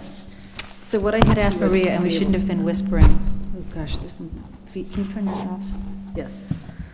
Jamie, on the conditions of approval, at the beginning of it, you're listing all of the architectural plans entitled, and then there's a whole list of different plan sets. I didn't go back and make sure that all of those numbers were good, but do we feel like all those numbers were good and we shouldn't have had to do that? On the second bullet point, on the conditions of, on the draft revised motion. And I'm not sure that we have, in this particular packet, all of those numbers. So we want to ensure that those are the To potentially be cautious on that, to that bullet point that's in red, architectural plans, you could add the terminology as and/or as per the latest submitted revision. And would there be a date for that? It does say 12/24/25, but if there's another date, then we would want to add it to that, correct? With that language of as, and/or as revised per the latest submission. Again, this motion is based on their latest current plan submission. So the elevations you saw today, the revisions to landscape plan, those are the latest plan sets. They did not bring anything in tonight. So again, we would verify what we have in the record, which is what was reviewed for this draft motion.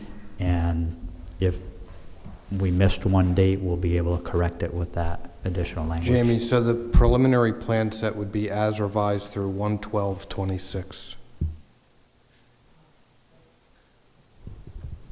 I'm still struggling with proposed findings of fact 3 and 4. 3, granting the requested lot area variance will not alter the general character of the surrounding area or impair the intent or purpose of the zoning ordinance or the comprehensive plan. I'm hard-pressed to have that clause or impair the intent or purpose of the zoning ordinance when it is obliterating the requirement. And the second,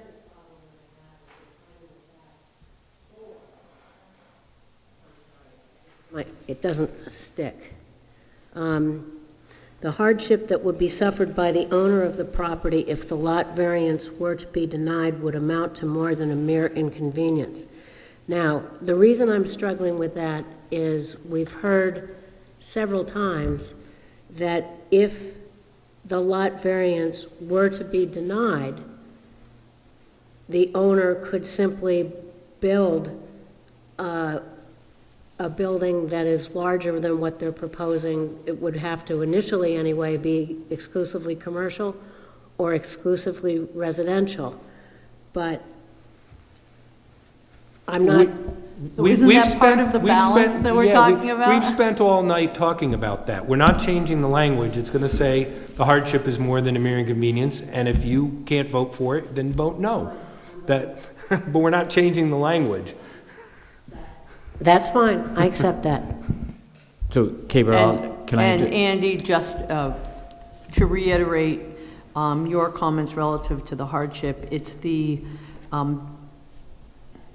for lack of a better term, discrepancy between the overall goals of the commercial downtown district and the specific language contained in it, not the fact that the lot is smaller, because otherwise anybody could go and buy a lot that was too small, and I suppose they could always ask for a variance. It's the combination of the two. I mean, the reason that they have to ask is because of the size. Yes.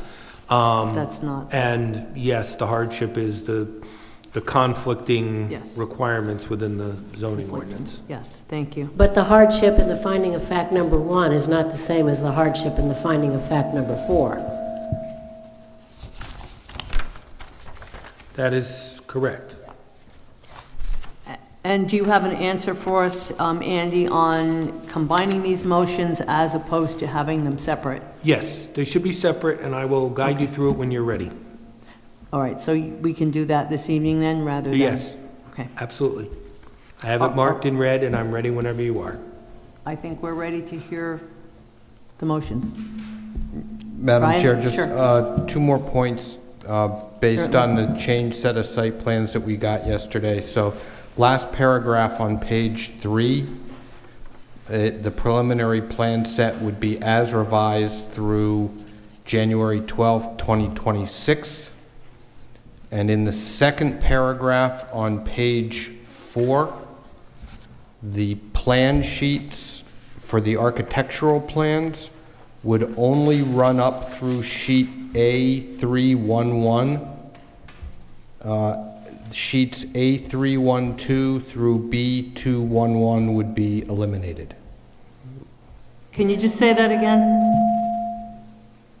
So second paragraph on page 4 for the architectural plans. It would include sheets A000 through A311, and then sheets A312 through B211 would be deleted. There was an error in the original set of architectural sheets we got. That's what I was trying to look up when she asked the question. Thank you. Andy? Okay, so I would suggest that your motion motion for the dimensional variance, none of this is new. It's basically looking what we have, and it's basically copy and paste. And so the motion would start out as you have. The South Kingstown Planning Board hereby approves the application for a lot area variance. And at that point, take out the words, and grants preliminary plan approval. Leave the rest of that whole paragraph there, leave the rest of those paragraphs, and leave the findings of fact, dimensional lot area variance as they are, and then the following language at the end, this grant of variance is subject to approval of the planning board of major land development and the conditions set forth in the decision for major land development.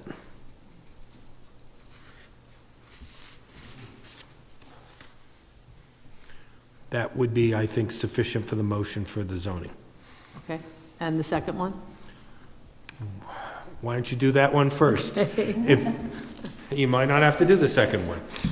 I don't know, but let's not confuse things. So it's basically, it's that first paragraph without the words grants preliminary plan approval. It's all those other things talking about, identifying the plans, the findings of fact for dimensional lot area variance, and the fact that it's subject to approval of the preliminary plan for major land development and the conditions set forth in that decision, which is where we'll come back and pick up all the conditions. I don't see the need to repeat all the conditions. So Andy has just described a motion relative to the lot area variance, and if someone wants to make it, I think you can say the words "so moved." yes, someone would like to make that motion. We have a motion from Armin. Do we have a second? Second from Liz. Is there further discussion? Hearing none, all those in favor say aye. Aye. Nays? Nay. Motion carries. 4-2, is that? Yes. Okay, you got who voted out? Yeah. Okay. Now, for the motion for Development plan review? development plan review, it's gonna, it's deja vu. It will start with the South Kingstown Planning Board hereby approves, and then the words approves the application for a lot area variance would be removed. So it would simply say the South Kingstown Planning Board hereby grants preliminary plan approval for the 82 Main Street, et cetera, et cetera. You'd be repeating those paragraphs that have the particular section, plan references, and so forth. Delete the findings of fact dimensional lot area variance. Keep findings of fact minor land development, and keep all the conditions of approval as has been amended there by the comments from the planning director. Would someone like to make that motion? So moved. A motion from Armin, do we have a second? Second from Liz. Any further discussion? Hearing none, all's in favor say aye. Aye. Nays? I'll abstain. So you're a nay, you're an abstention. Motion carries. Okay, and just for the record, on the zoning part, you cannot abstain. You have to vote. It's okay on the But this planning was part. development plan review, You could right? abstain, but just so you know, for the Yep. future, you can't abstain from zoning. Thank you for your time. And Thir- and did you want to have a third Yes, motion? the letter. Directing the, to request the director to communicate with the Division of Public Safety and/or the town council Yes. as necessary to improve the signage on Hazard Avenue? Is that Hazard Street, Hazard Avenue? Yes. Is that what And you're? do we need to be specific so that it's clear that as it relates to, Is that They're going to do an evaluation of what's needed there or not needed there. all right? wasn't it specific to the dead end? Yes, it That's- was. Location of the That's dam. why I They'll asked. But evaluate. if there Okay. are other things, and written sufficiently forcefully so that it will get the attention we feel it deserves. What I'm suggesting is don't tie your hands about one specific subject Okay. matter. They may Yes. find that a dead end signed or slow or something else may also be needed. Traffic calming, yes. Would someone like to make that? So you're going to request the director to write a forceful letter You could probably find to- a better word for it, but and to communicate with the Department of Public Safety and/or the town council as necessary regarding the signage on Hazard, is it Avenue or Street? Whatever. Hazard Street, then. Okay. or compelling, let's say compelling. Hazard Avenue, okay. Would someone like to make that motion? I'll make that motion. Motion from Susan, second? Second. Second from Caper. Any further comments? Hearing none, all those in favor say aye. Aye. Nays? Ayes have it.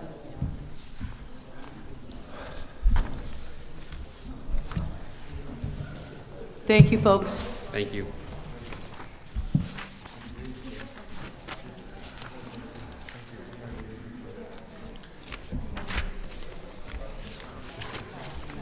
Maria, do you want to take your quick break? Is everyone okay with the 5-minute break? Is that yes? We'll carry on then. Our next agenda item is... No break? No break. Discussion and possible action on an advisory to the South Kingston Town Council regarding amendments to the rental registration ordinance. Jamie, can you fill us in? Again, there are potential changes to rental registration as it goes before council. It was on the agenda last evening. If you just bear with me for a moment, I'll pull that back up.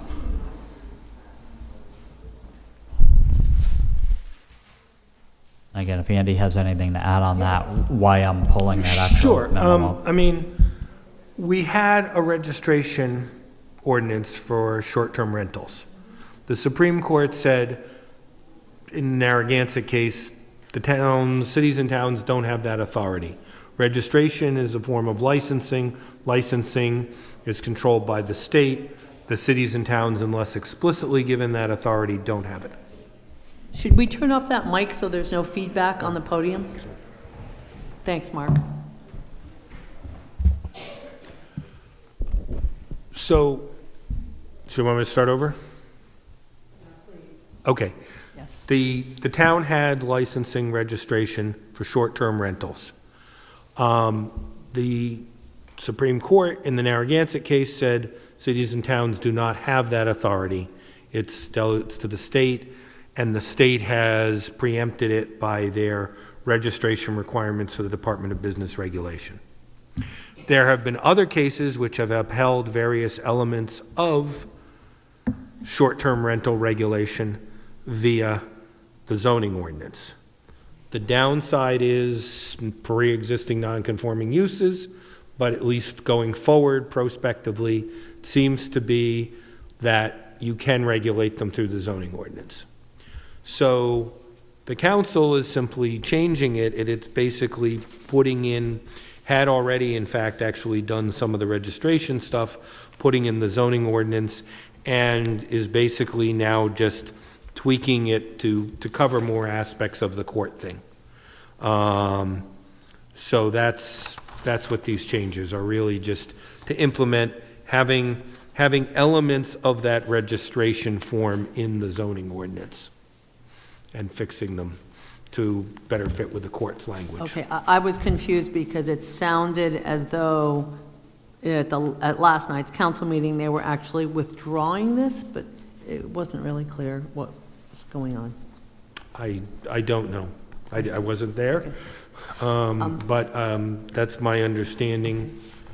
And there are communities such as, I think, Newport and perhaps others that have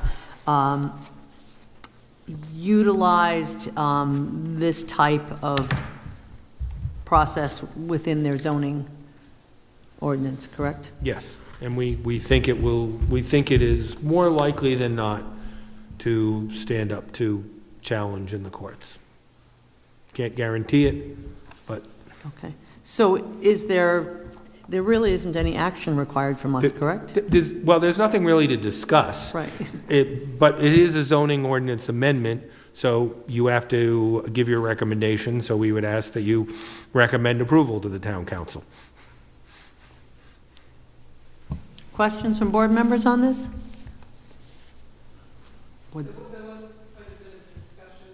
The first time we addressed this, and Joe, who unfortunately is not here right now, had brought up the fee and the disservice to property owners.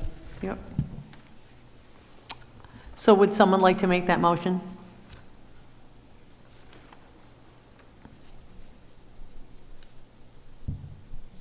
To recommend. Right, it would be a recommendation to the, it would be a recommendation of the town council that you find the proposed amendments consistent with the purposes of zoning, and you recommend, you also find it consistent with the comprehensive plan, and recommend that they approve it.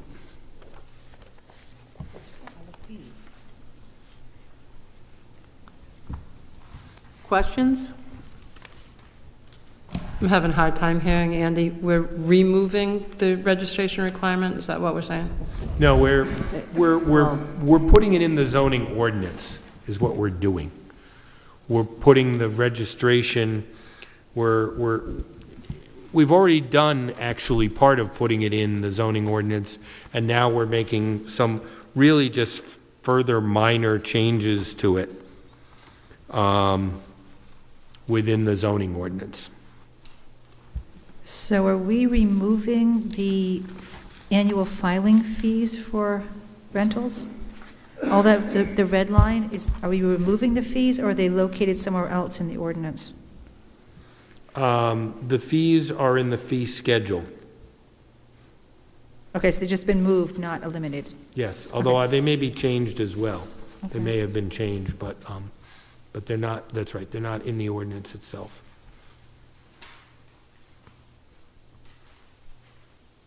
Other questions?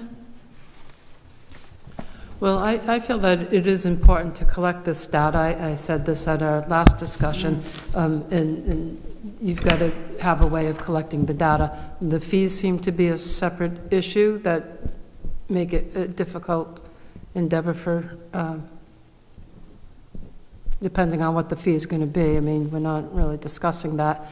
I'm all for collecting the data. There should be a registration process. Anything else? Would someone like to make the motion as articulated by Andy? Again, so moved would suffice, I think. So moved. We have a motion from Caper. Do we have a second? I'll second. Second from Susan. Any further discussion? Hearing none. All those in favor say aye. Aye. Motion carries. Next agenda item, Old Tower Hill Road form-based code. Jamie. So thank you, Madam Chair. I did do a small handout tonight, and I'm just going to walk you through that briefly. It's not very lengthy. I think what we talked about at our last meeting is just coming up with a summary as we move through the process to a work session between the consultant and town council about some of the items that the planning board would like to see revised and have been working in your review of the form-based code to make it a more consistent, clear, easier to read code. The first aspect is associated on page 2, was a simple renaming of the original FB4, which was Gateway to Route 1 transition.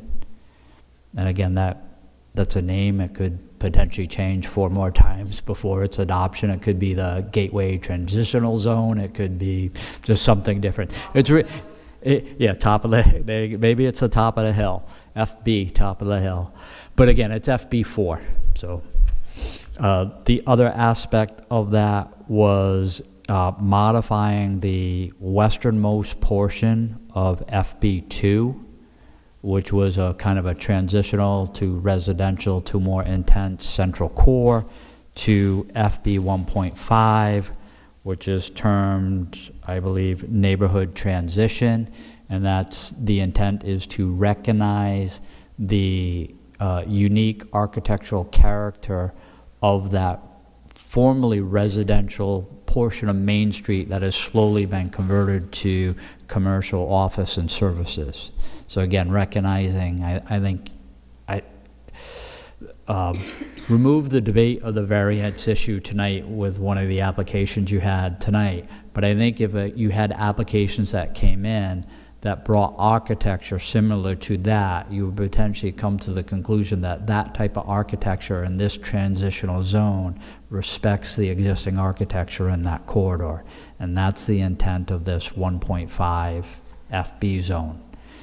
And to really recognize the existing character of that zone and limit a tear down rebuild of a square, square type apartment building that belongs in Seattle or the Pacific Northwest, or something that would look like it's more appropriate in Arizona versus South Kingstown. That's on page 3. So on page 4, you would actually see the 5 distinct areas: FB1, which is residential neighborhood; FB 1.5, neighborhood edge; FB2, neighborhood center; FB3, neighborhood core; and FB4 was Route 1 transition. So those are the new 5 districts. I want to say, for all intents and purposes, you were recommending no changes to FB3 and FB4. Those are the primary commercial zones that you want to see mixed use in.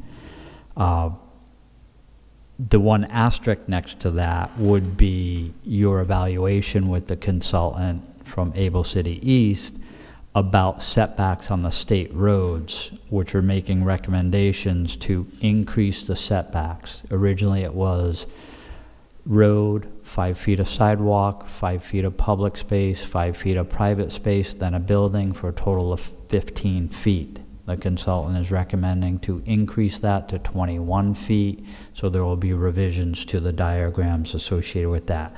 That is shown on pages 5, pages 6, and page 7. So again, on page 7, you see that kind of public-private space where it was 5 feet, 5 feet, and 5 feet. That's potentially more appropriate if we were working in the center of Wakefield on the Sheldon Block or Robinson Street. When you're on route, if you're on Kingston Road or Old Tower Hill, you probably want to step those buildings back a little bit further, given the potential volume and speeds of the traffic. And again, whether we go to 21 feet or slightly increase that, where our consultant says they recognize the discussion you had and they've increased it to 21 feet.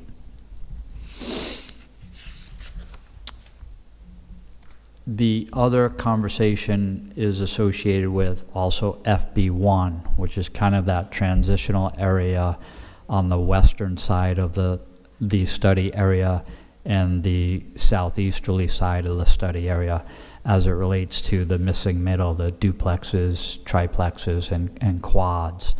We had a discussion and they made a recommendation a few months ago to have a maximum on square footages associated with multifamily housing of this scale.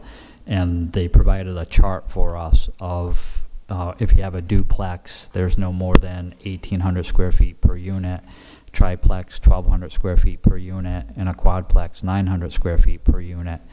And then a building size in any one of those instances, you could not have more than 3,600 square feet of total building size, and you could not have more than 6 bedrooms. So if you did a quad, you could potentially do 2 two-bedroom units and two one-bedroom units. If you're doing a triplex, you could have 4-2-1, or you could have 2-2-2. So again, it's trying to have these buildings fit a little more appropriately in the neighborhood and steer development to a specific scale. I think that I do have a note here that we still need to work with the developer about the maximum footprint. Because again, 3,600 square feet maximum building size, you wouldn't potentially want to see someone do that all on one floor on a small lot, which allows 0 lot lines. So again, looking at potentially having a minimum footprint. So again, if you want to go to a quad, you may be doing 2.5 stories. And with that, we would be updating the diagrams and elevations associated with those types of units. Those are the primary items that have come out of our discussion. I know there's some debate about overall height of buildings, whether 3, 4, 5 stories. And again, 5 stories has not been proposed by anyone that I'm aware of. But again, it's scale. I know there's some discussion on the 4 stories. I will have a conversation, and I've pulled some architectural elements recently that show how a 4th story can be worked into the roof line and be part of an architectural element of a kind of a pitched roof scenario where it's traditionally reads as a 3-story building, and the 4th floor may have a couple of shed dormers, or a couple doghouse dormers, something, but it still reads as a 3-story building, but they tuck a 4th floor into that architecture. And I have a good example of how that can be accomplished. But again, understanding that's still up for discussion. I know I just threw a lot at you in less than 5 minutes, but I think those are the highlights of what the planning board was looking at.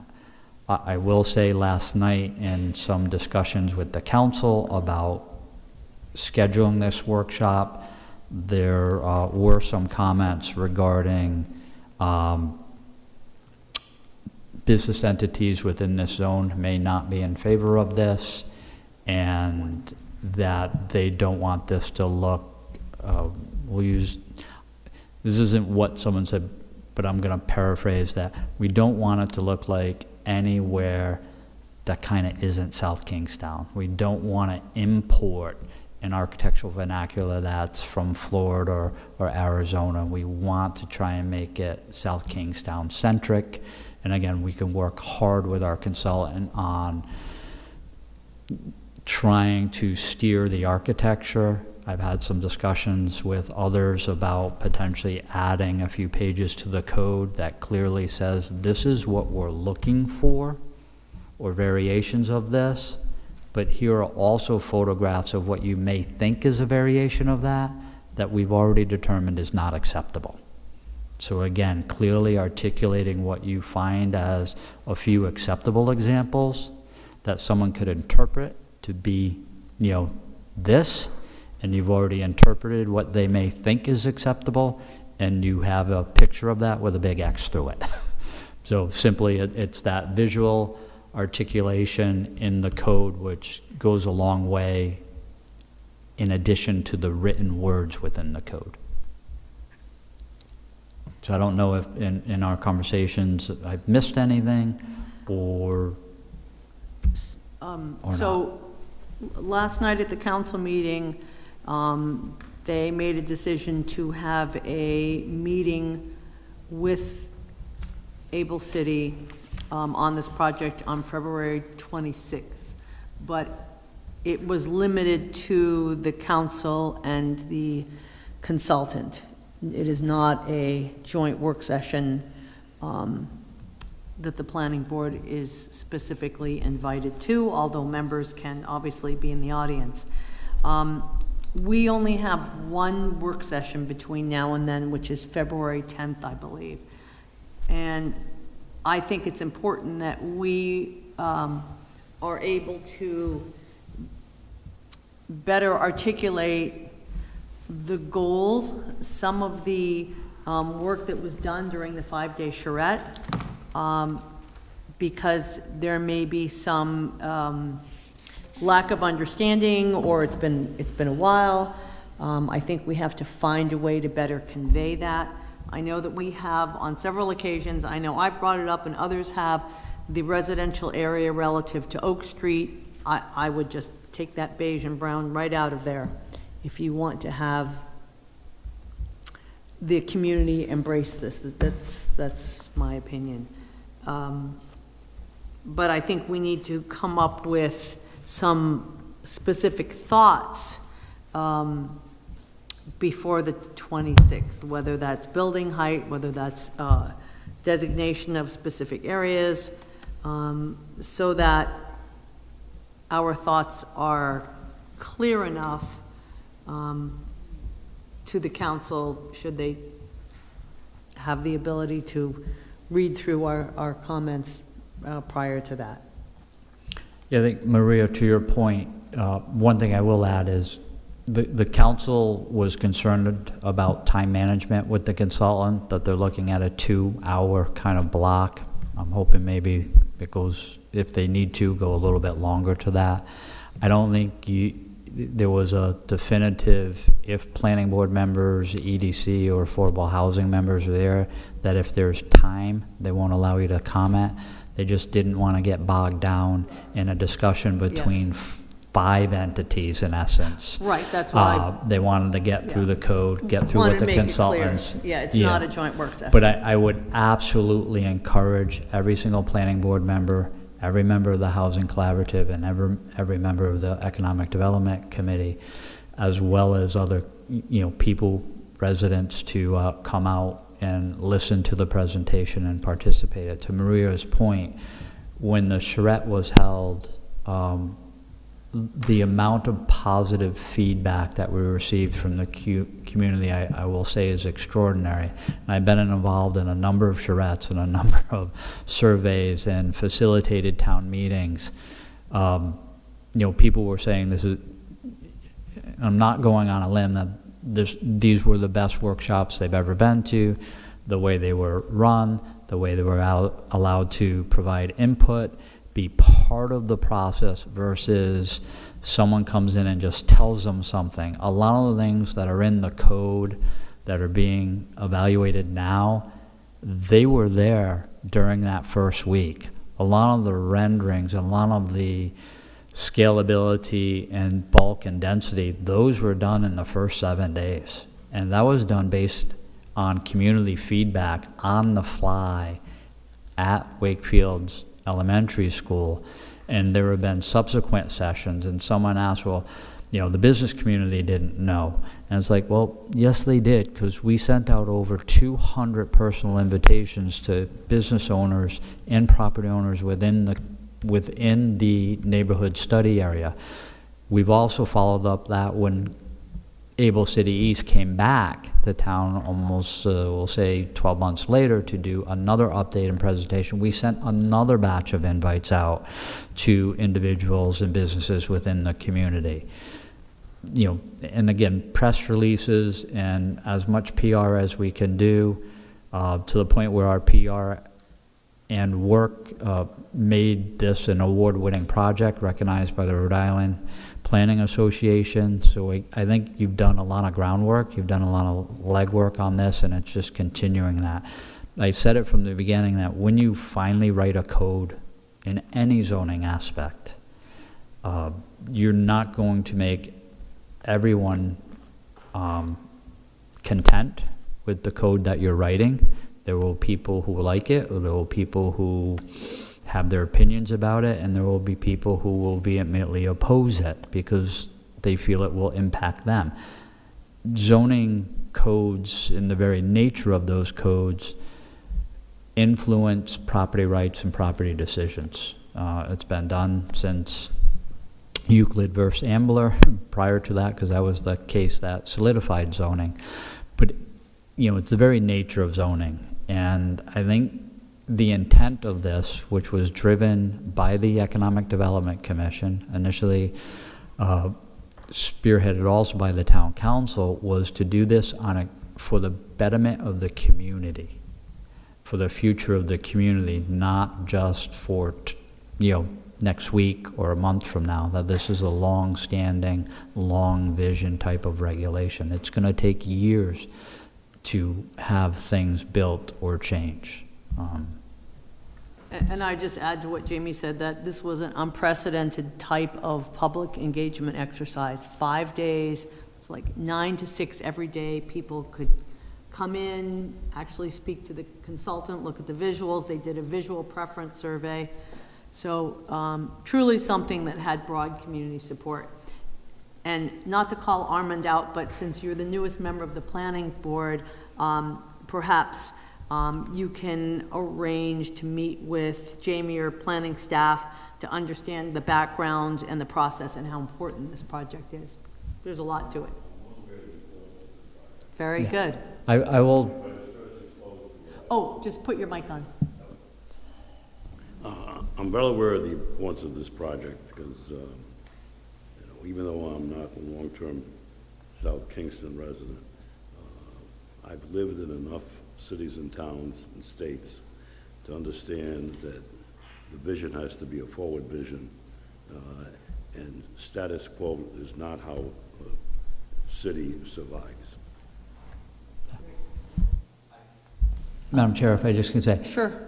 In looking at the form-based code, we're trying to make this as much as we can South Kingstown appropriate, and how we define that and how we articulate that is always going to be a challenge. But if there is a photograph or a representative piece of architecture that's in the code that you feel is not appropriate, or you see a building that you say, I saw this building, I know where it is, that should be in there as an example of what's appropriate in South Kingstown. Please provide it to the planning department. Give me a call, even if you don't have a photograph of it. Just let me know where it is. We can potentially get a photograph of it. I want to say I'm around New England quite frequently, so I'm in various places at various times. But again, we want to make it as much as we can South Kingstown centric, and not just try and place make what somewhere else looks like here. Thanks, Jamie. Is this Susan? So this that you've given us are the suggestions that we're making? And then the main document is on the website? Yeah, so what we've stated, and our consultant has advised us, and I mentioned this again to the town council last night, is the base document is July 2025. And we've discussed this at multiple workshops. We've had Jason and Pam King on Zoom calls with us. We've had many conversations with them at the staff level. And instead of making every changes kind of weekly, what we've been doing in the department is kind of keeping this running list. So ultimately, we would have the planning board, perhaps when we go before the work session, say that the planning board's reviewed the document, and here are the 10 suggestions. I'm just using the number 10 as a relative reference, that here are the 10 things that we want to continue to work with our consultant to refine and put into the regulations. We're changing the name of a few things. We still have to, we're debating whether something should be 21 feet or 24 feet from, the edge of pavement. And at some point, you'll probably just hear me, will you please pick a number? 21 or 24, that's 3 foot difference. But instead of, what version are we working on? Are we working on the July one, the September one, the November one, the December one, the February one? We're sticking with the January one, and we'll have a list of potential revisions. This is, I think, 11 pages right now. It could end up being 15 or 20, or maybe someone may look at it and say, Jamie, can we consolidate this one? The graphics are great, but I just need a list of the 10 things we'd like to change. So I want to look, this is great, but I want to look on the planning website to link to the whole master document. Yeah, so if you Google Old Tower Hill Road, so the question from Susan Axelrod was, how do I get to the document? We'll double check the links, but if you Google Old Tower Hill Road form-based code, South Kingstown, Rhode Island, you'll get to a web page, and within that web page is the draft from July of 2025. I want to say it's on the first page, like middle of the page. And Jamie, on the handout that you provided us tonight, on page 8, it has missing middle buildings in FB1. That could be interpreted as that's the only place that missing middle housing might be, and it's important to articulate that we're trying to create a true mixed-use zone without any glitches that would allow missing middle incorporated along with commercial uses. So No, and I think you make a good point. Don't want to confuse people. When I was preparing this, the primary discussion was associated with FB1, and I Yep. think the discussion needs to continue. I think this is potentially Yeah, appropriate for FB2. I'm not sure would you want change to, this I'm not sure in page. FB3 and FB4, you're getting down to bedroom number and bedroom and unit sizes. Right, but So. it could be, Construed only to be in one Exactly, zone. exactly. We can clarify that, thank you. Those are the things types of constructive criticism we're looking for. so it would be nice if we could really focus on these things in our February work session. Hopefully, nothing else to, no public hearings or anything like that to take us away. I think what you may want to discuss is, whether you feel we should just have a meeting, with a hard start date, hard start time and a hard stop time, where we just talk about form-based code, and we just Yes. talk about the regulation, not the philosophical aspects of it, but if these are the 10 items we have, let's make sure they're the 10, they're not 9, they're not 11. These are the ones we want, and we want to clearly articulate the change. That's why I have, here's the change we've identified, here's the purpose of why the planning board feels you need the change, and here is the change either completely vetted or still needs a little bit of work. So a top 10 list is a really good idea, but you would have to send out the homework well in advance for everyone. I will So do, that- everyone will So get that this we're well electronically. prepared for the 26th of February. Jamie, what is the goal of the town council Able City meeting in February? I think, Is it just an update? I think it's a discussion. I think we have to take a step backwards and potentially take a step forward. I think it's reminding everyone involved, because it's been things like this take time. It's reminding why you started this endeavor. It was a community-driven endeavor. It wasn't Maria Max sitting at a table or one individual sitting at a table thinking, only I think this is a good idea, or this is the way this town should do it. I think it was initially grassroots effort, spearheaded by the EDC. They worked with students from the University of Rhode Island. I think Larry Fish, on more than one occasion, stood before the planning board and the town council wondering why the regulation hasn't been created, why a regulation isn't adopted, why we don't have form-based mixed-use code in Old Tower Hill, why there isn't an allowed increase in density. And then getting there and just getting the town council to understand why this is a viable option from a zoning perspective and what the intended outcomes are. This is, again, not an overnight scenario. I've looked at a couple of communities, and I was researching one again today. Their initial charrette was held in 2010. I believe the regulations were adopted 3 or 4 years after that. And in the 12 plus or minus years that the form-based code has been in this community, there's only been one substantial large-scale project built in over a 2-mile corridor that has a form-based code in the center of their town. They have form-based code on 2 other properties where one of the properties was fully developed with 240 plus residential units, care facility, and retail and commercial buildings on that site, kind of replicating a town center.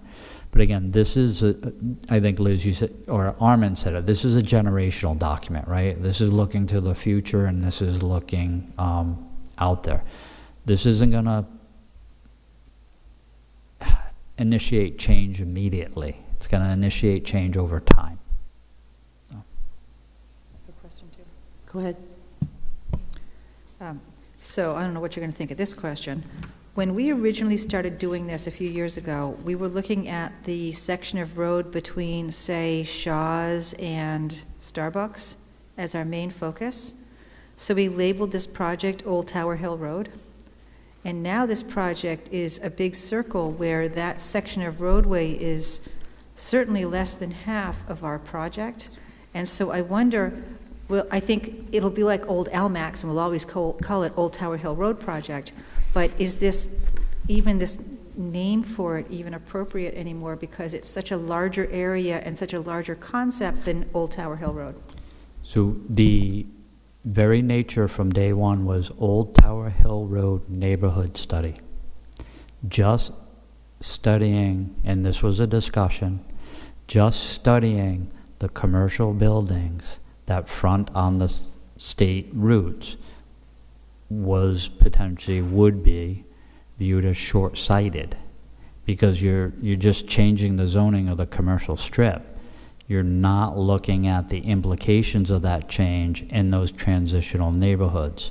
So there was a very football-shaped study area which included the aspects of this code.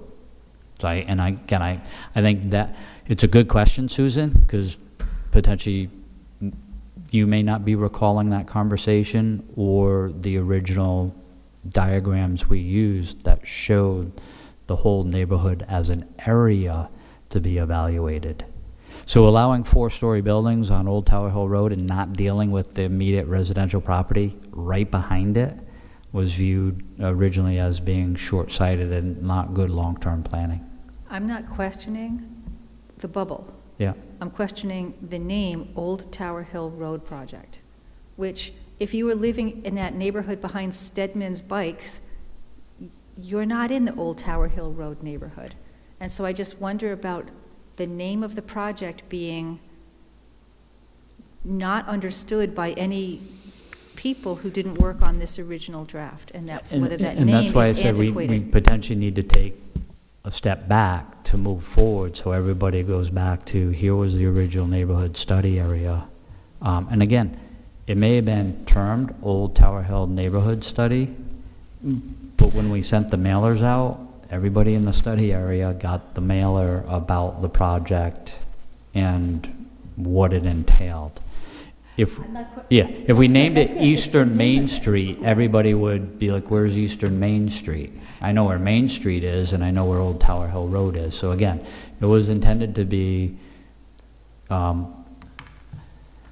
Old Tower Hill Road strong, but including the neighborhood surrounding Old Tower Hill Road. And it may have been initially called commercial highway study, something like that. And you can add that suggestion to your top 10 list, right? Well, I don't really care. Well, you brought it up. I so brought it up and it's worthy it of was misunderstood. conversation. No, I it's don't know if good. worth it or not. Anything else from anyone on this, Robin? No, on this. Okay. Next agenda item is planning board liaison activities. The landscaping subcommittee met on January 7th and are continuing with their look at the regulations.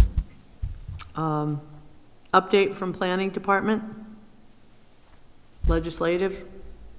Nothing yet, right? Just again, letting everyone know that February 26th, Thursday, 6:30 PM start time will be the town council discussion with Able City East, and they will be here. The dates that they gave us, their intent is to be here in person for that discussion. Okay.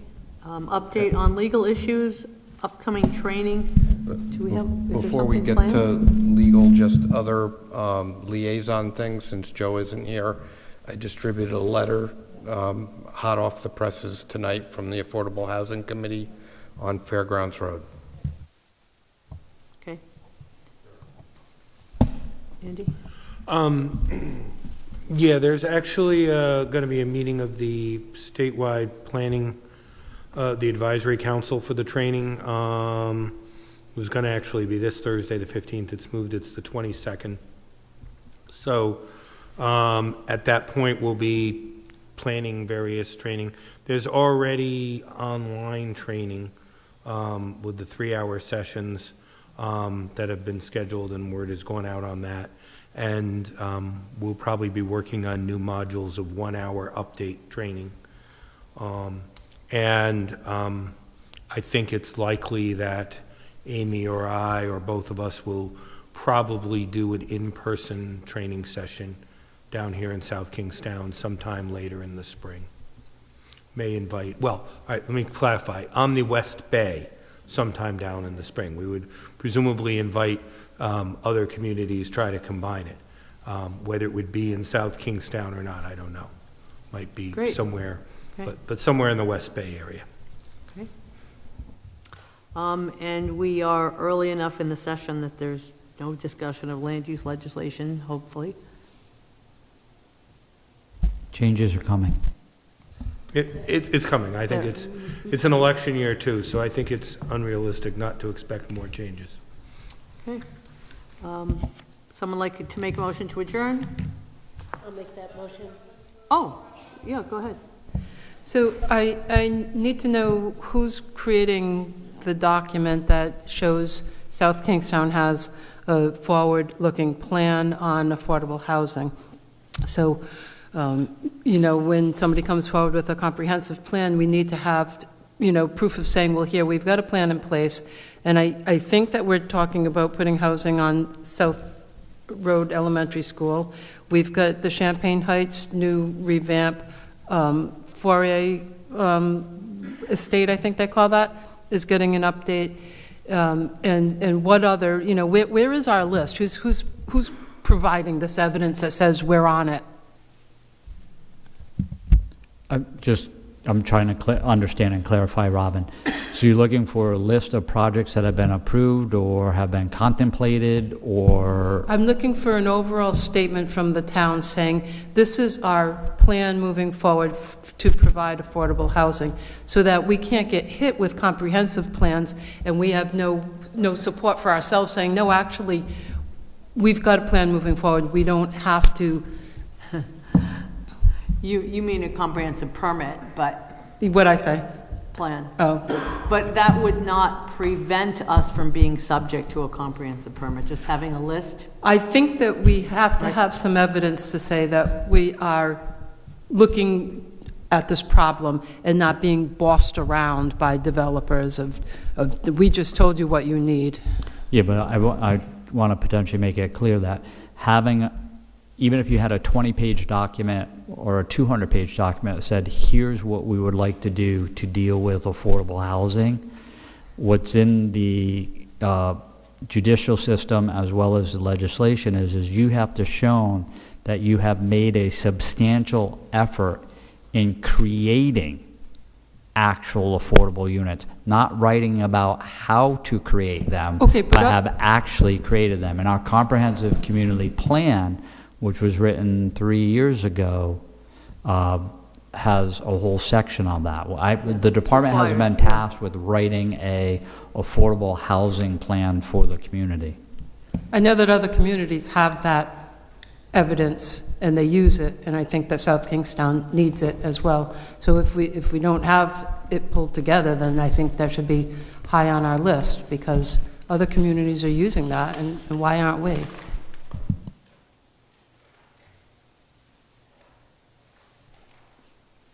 Brian, did you want to say something? We're about 500 units away from being at 10%, and until we get to 10%, we're still going to be subject to comprehensive permits, so we're a long way off. But with the plans we have, like South Road Elementary School, where will that put us? Now, where Not we even are now, close, but Robin. what's Not our even plan? Not even close. close. You need to, so just for clarity, you need to build 4,000 residential units, and 25% of those need to be affordable in order for you to get to 10%. This community builds maybe 30 to 40 units a year. So how many years is it going to take you to get to 4,000? And remember, every single unit, or every 10, you have to do 2.5. So again, the difficulty, and I could see the frustration on your face, and hopefully you see it on mine. The 10%, in my view, as a planner, was an arbitrary number. It's been used around the nation in every community, literally, whether you're in Massachusetts or Portland or Arkansas or Indiana or Minnesota. They're using this 10% on the legislative side, and for communities who had 4 or 5%, it is almost impossible from a statistical standpoint to get to 10%. So even if, to your point, yes, we have, 80 units potentially being done on Curtis Corner by the Housing Authority. We have 104 units going in at South Road, where 20+% of those will be affordable.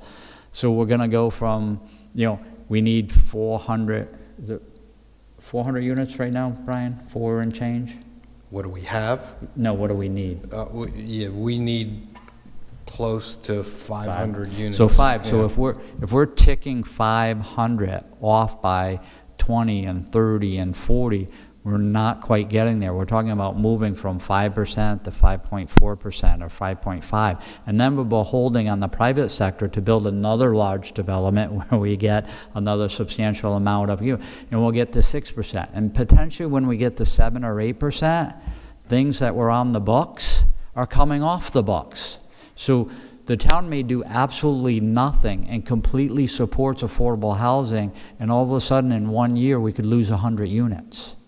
We didn't do anything to not support affordable housing. We just lost units that came online 20, 25 years ago, 5 years from now, because they're 30-year deed restricted. So we are chasing our tails as a community. I think that with municipal land, we should get a plan. Otherwise, we're going to look like Warwick in another 10 years. You just can't bring in that kind of density because of a housing crisis. You have to show that you have a plan. If you only want buildings that look like South Kingstown, well, nothing in South Kingstown has that kind of density. Correct.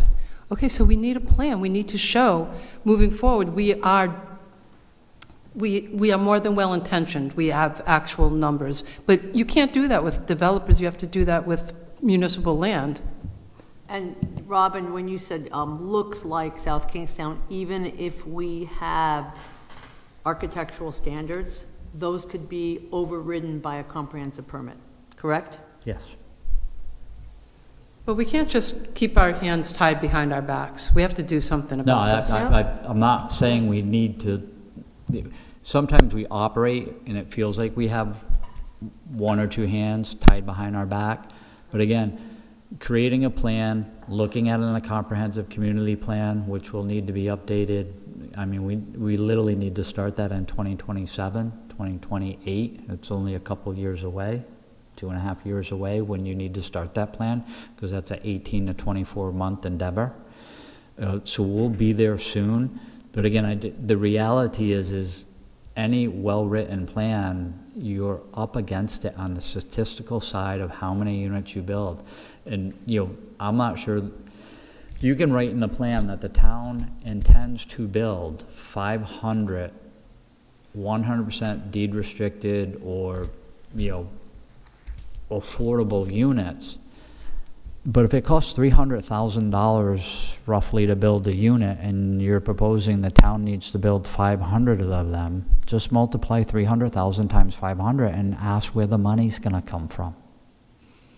The South Kingstown Housing Authority has been in the queue for funding for almost 3 years right now, and they haven't gotten any yet. So those 80 units that everybody supports and everybody wants to be built and have been designed and they're ready to go is waiting for funding. South Road School has a potential $5 to $6 million funding deficit. We're going to try and fill that gap with grant money. But again, the town is making efforts to try and supply affordable housing. It's just finding the financing to do that. And I can write a great 10-page white paper, but the reality is the funding has to be there, and the political support, not just at the local level, state and federal also. So again, I want to say, Robin, I'm right there with you. I can, as a planner, I can be just as frustrated as you on how municipalities can address affordable housing and bring in those units to the marketplace. A lot of things cost the town money, right? A lot of new developments come, and they're not free to the town. So we can acknowledge that, all right, it costs money. But ruining a town with extreme density developments from people who don't even live in this town is never going to preserve this town as something valuable. The state legislature has passed laws to allow it and encourage it.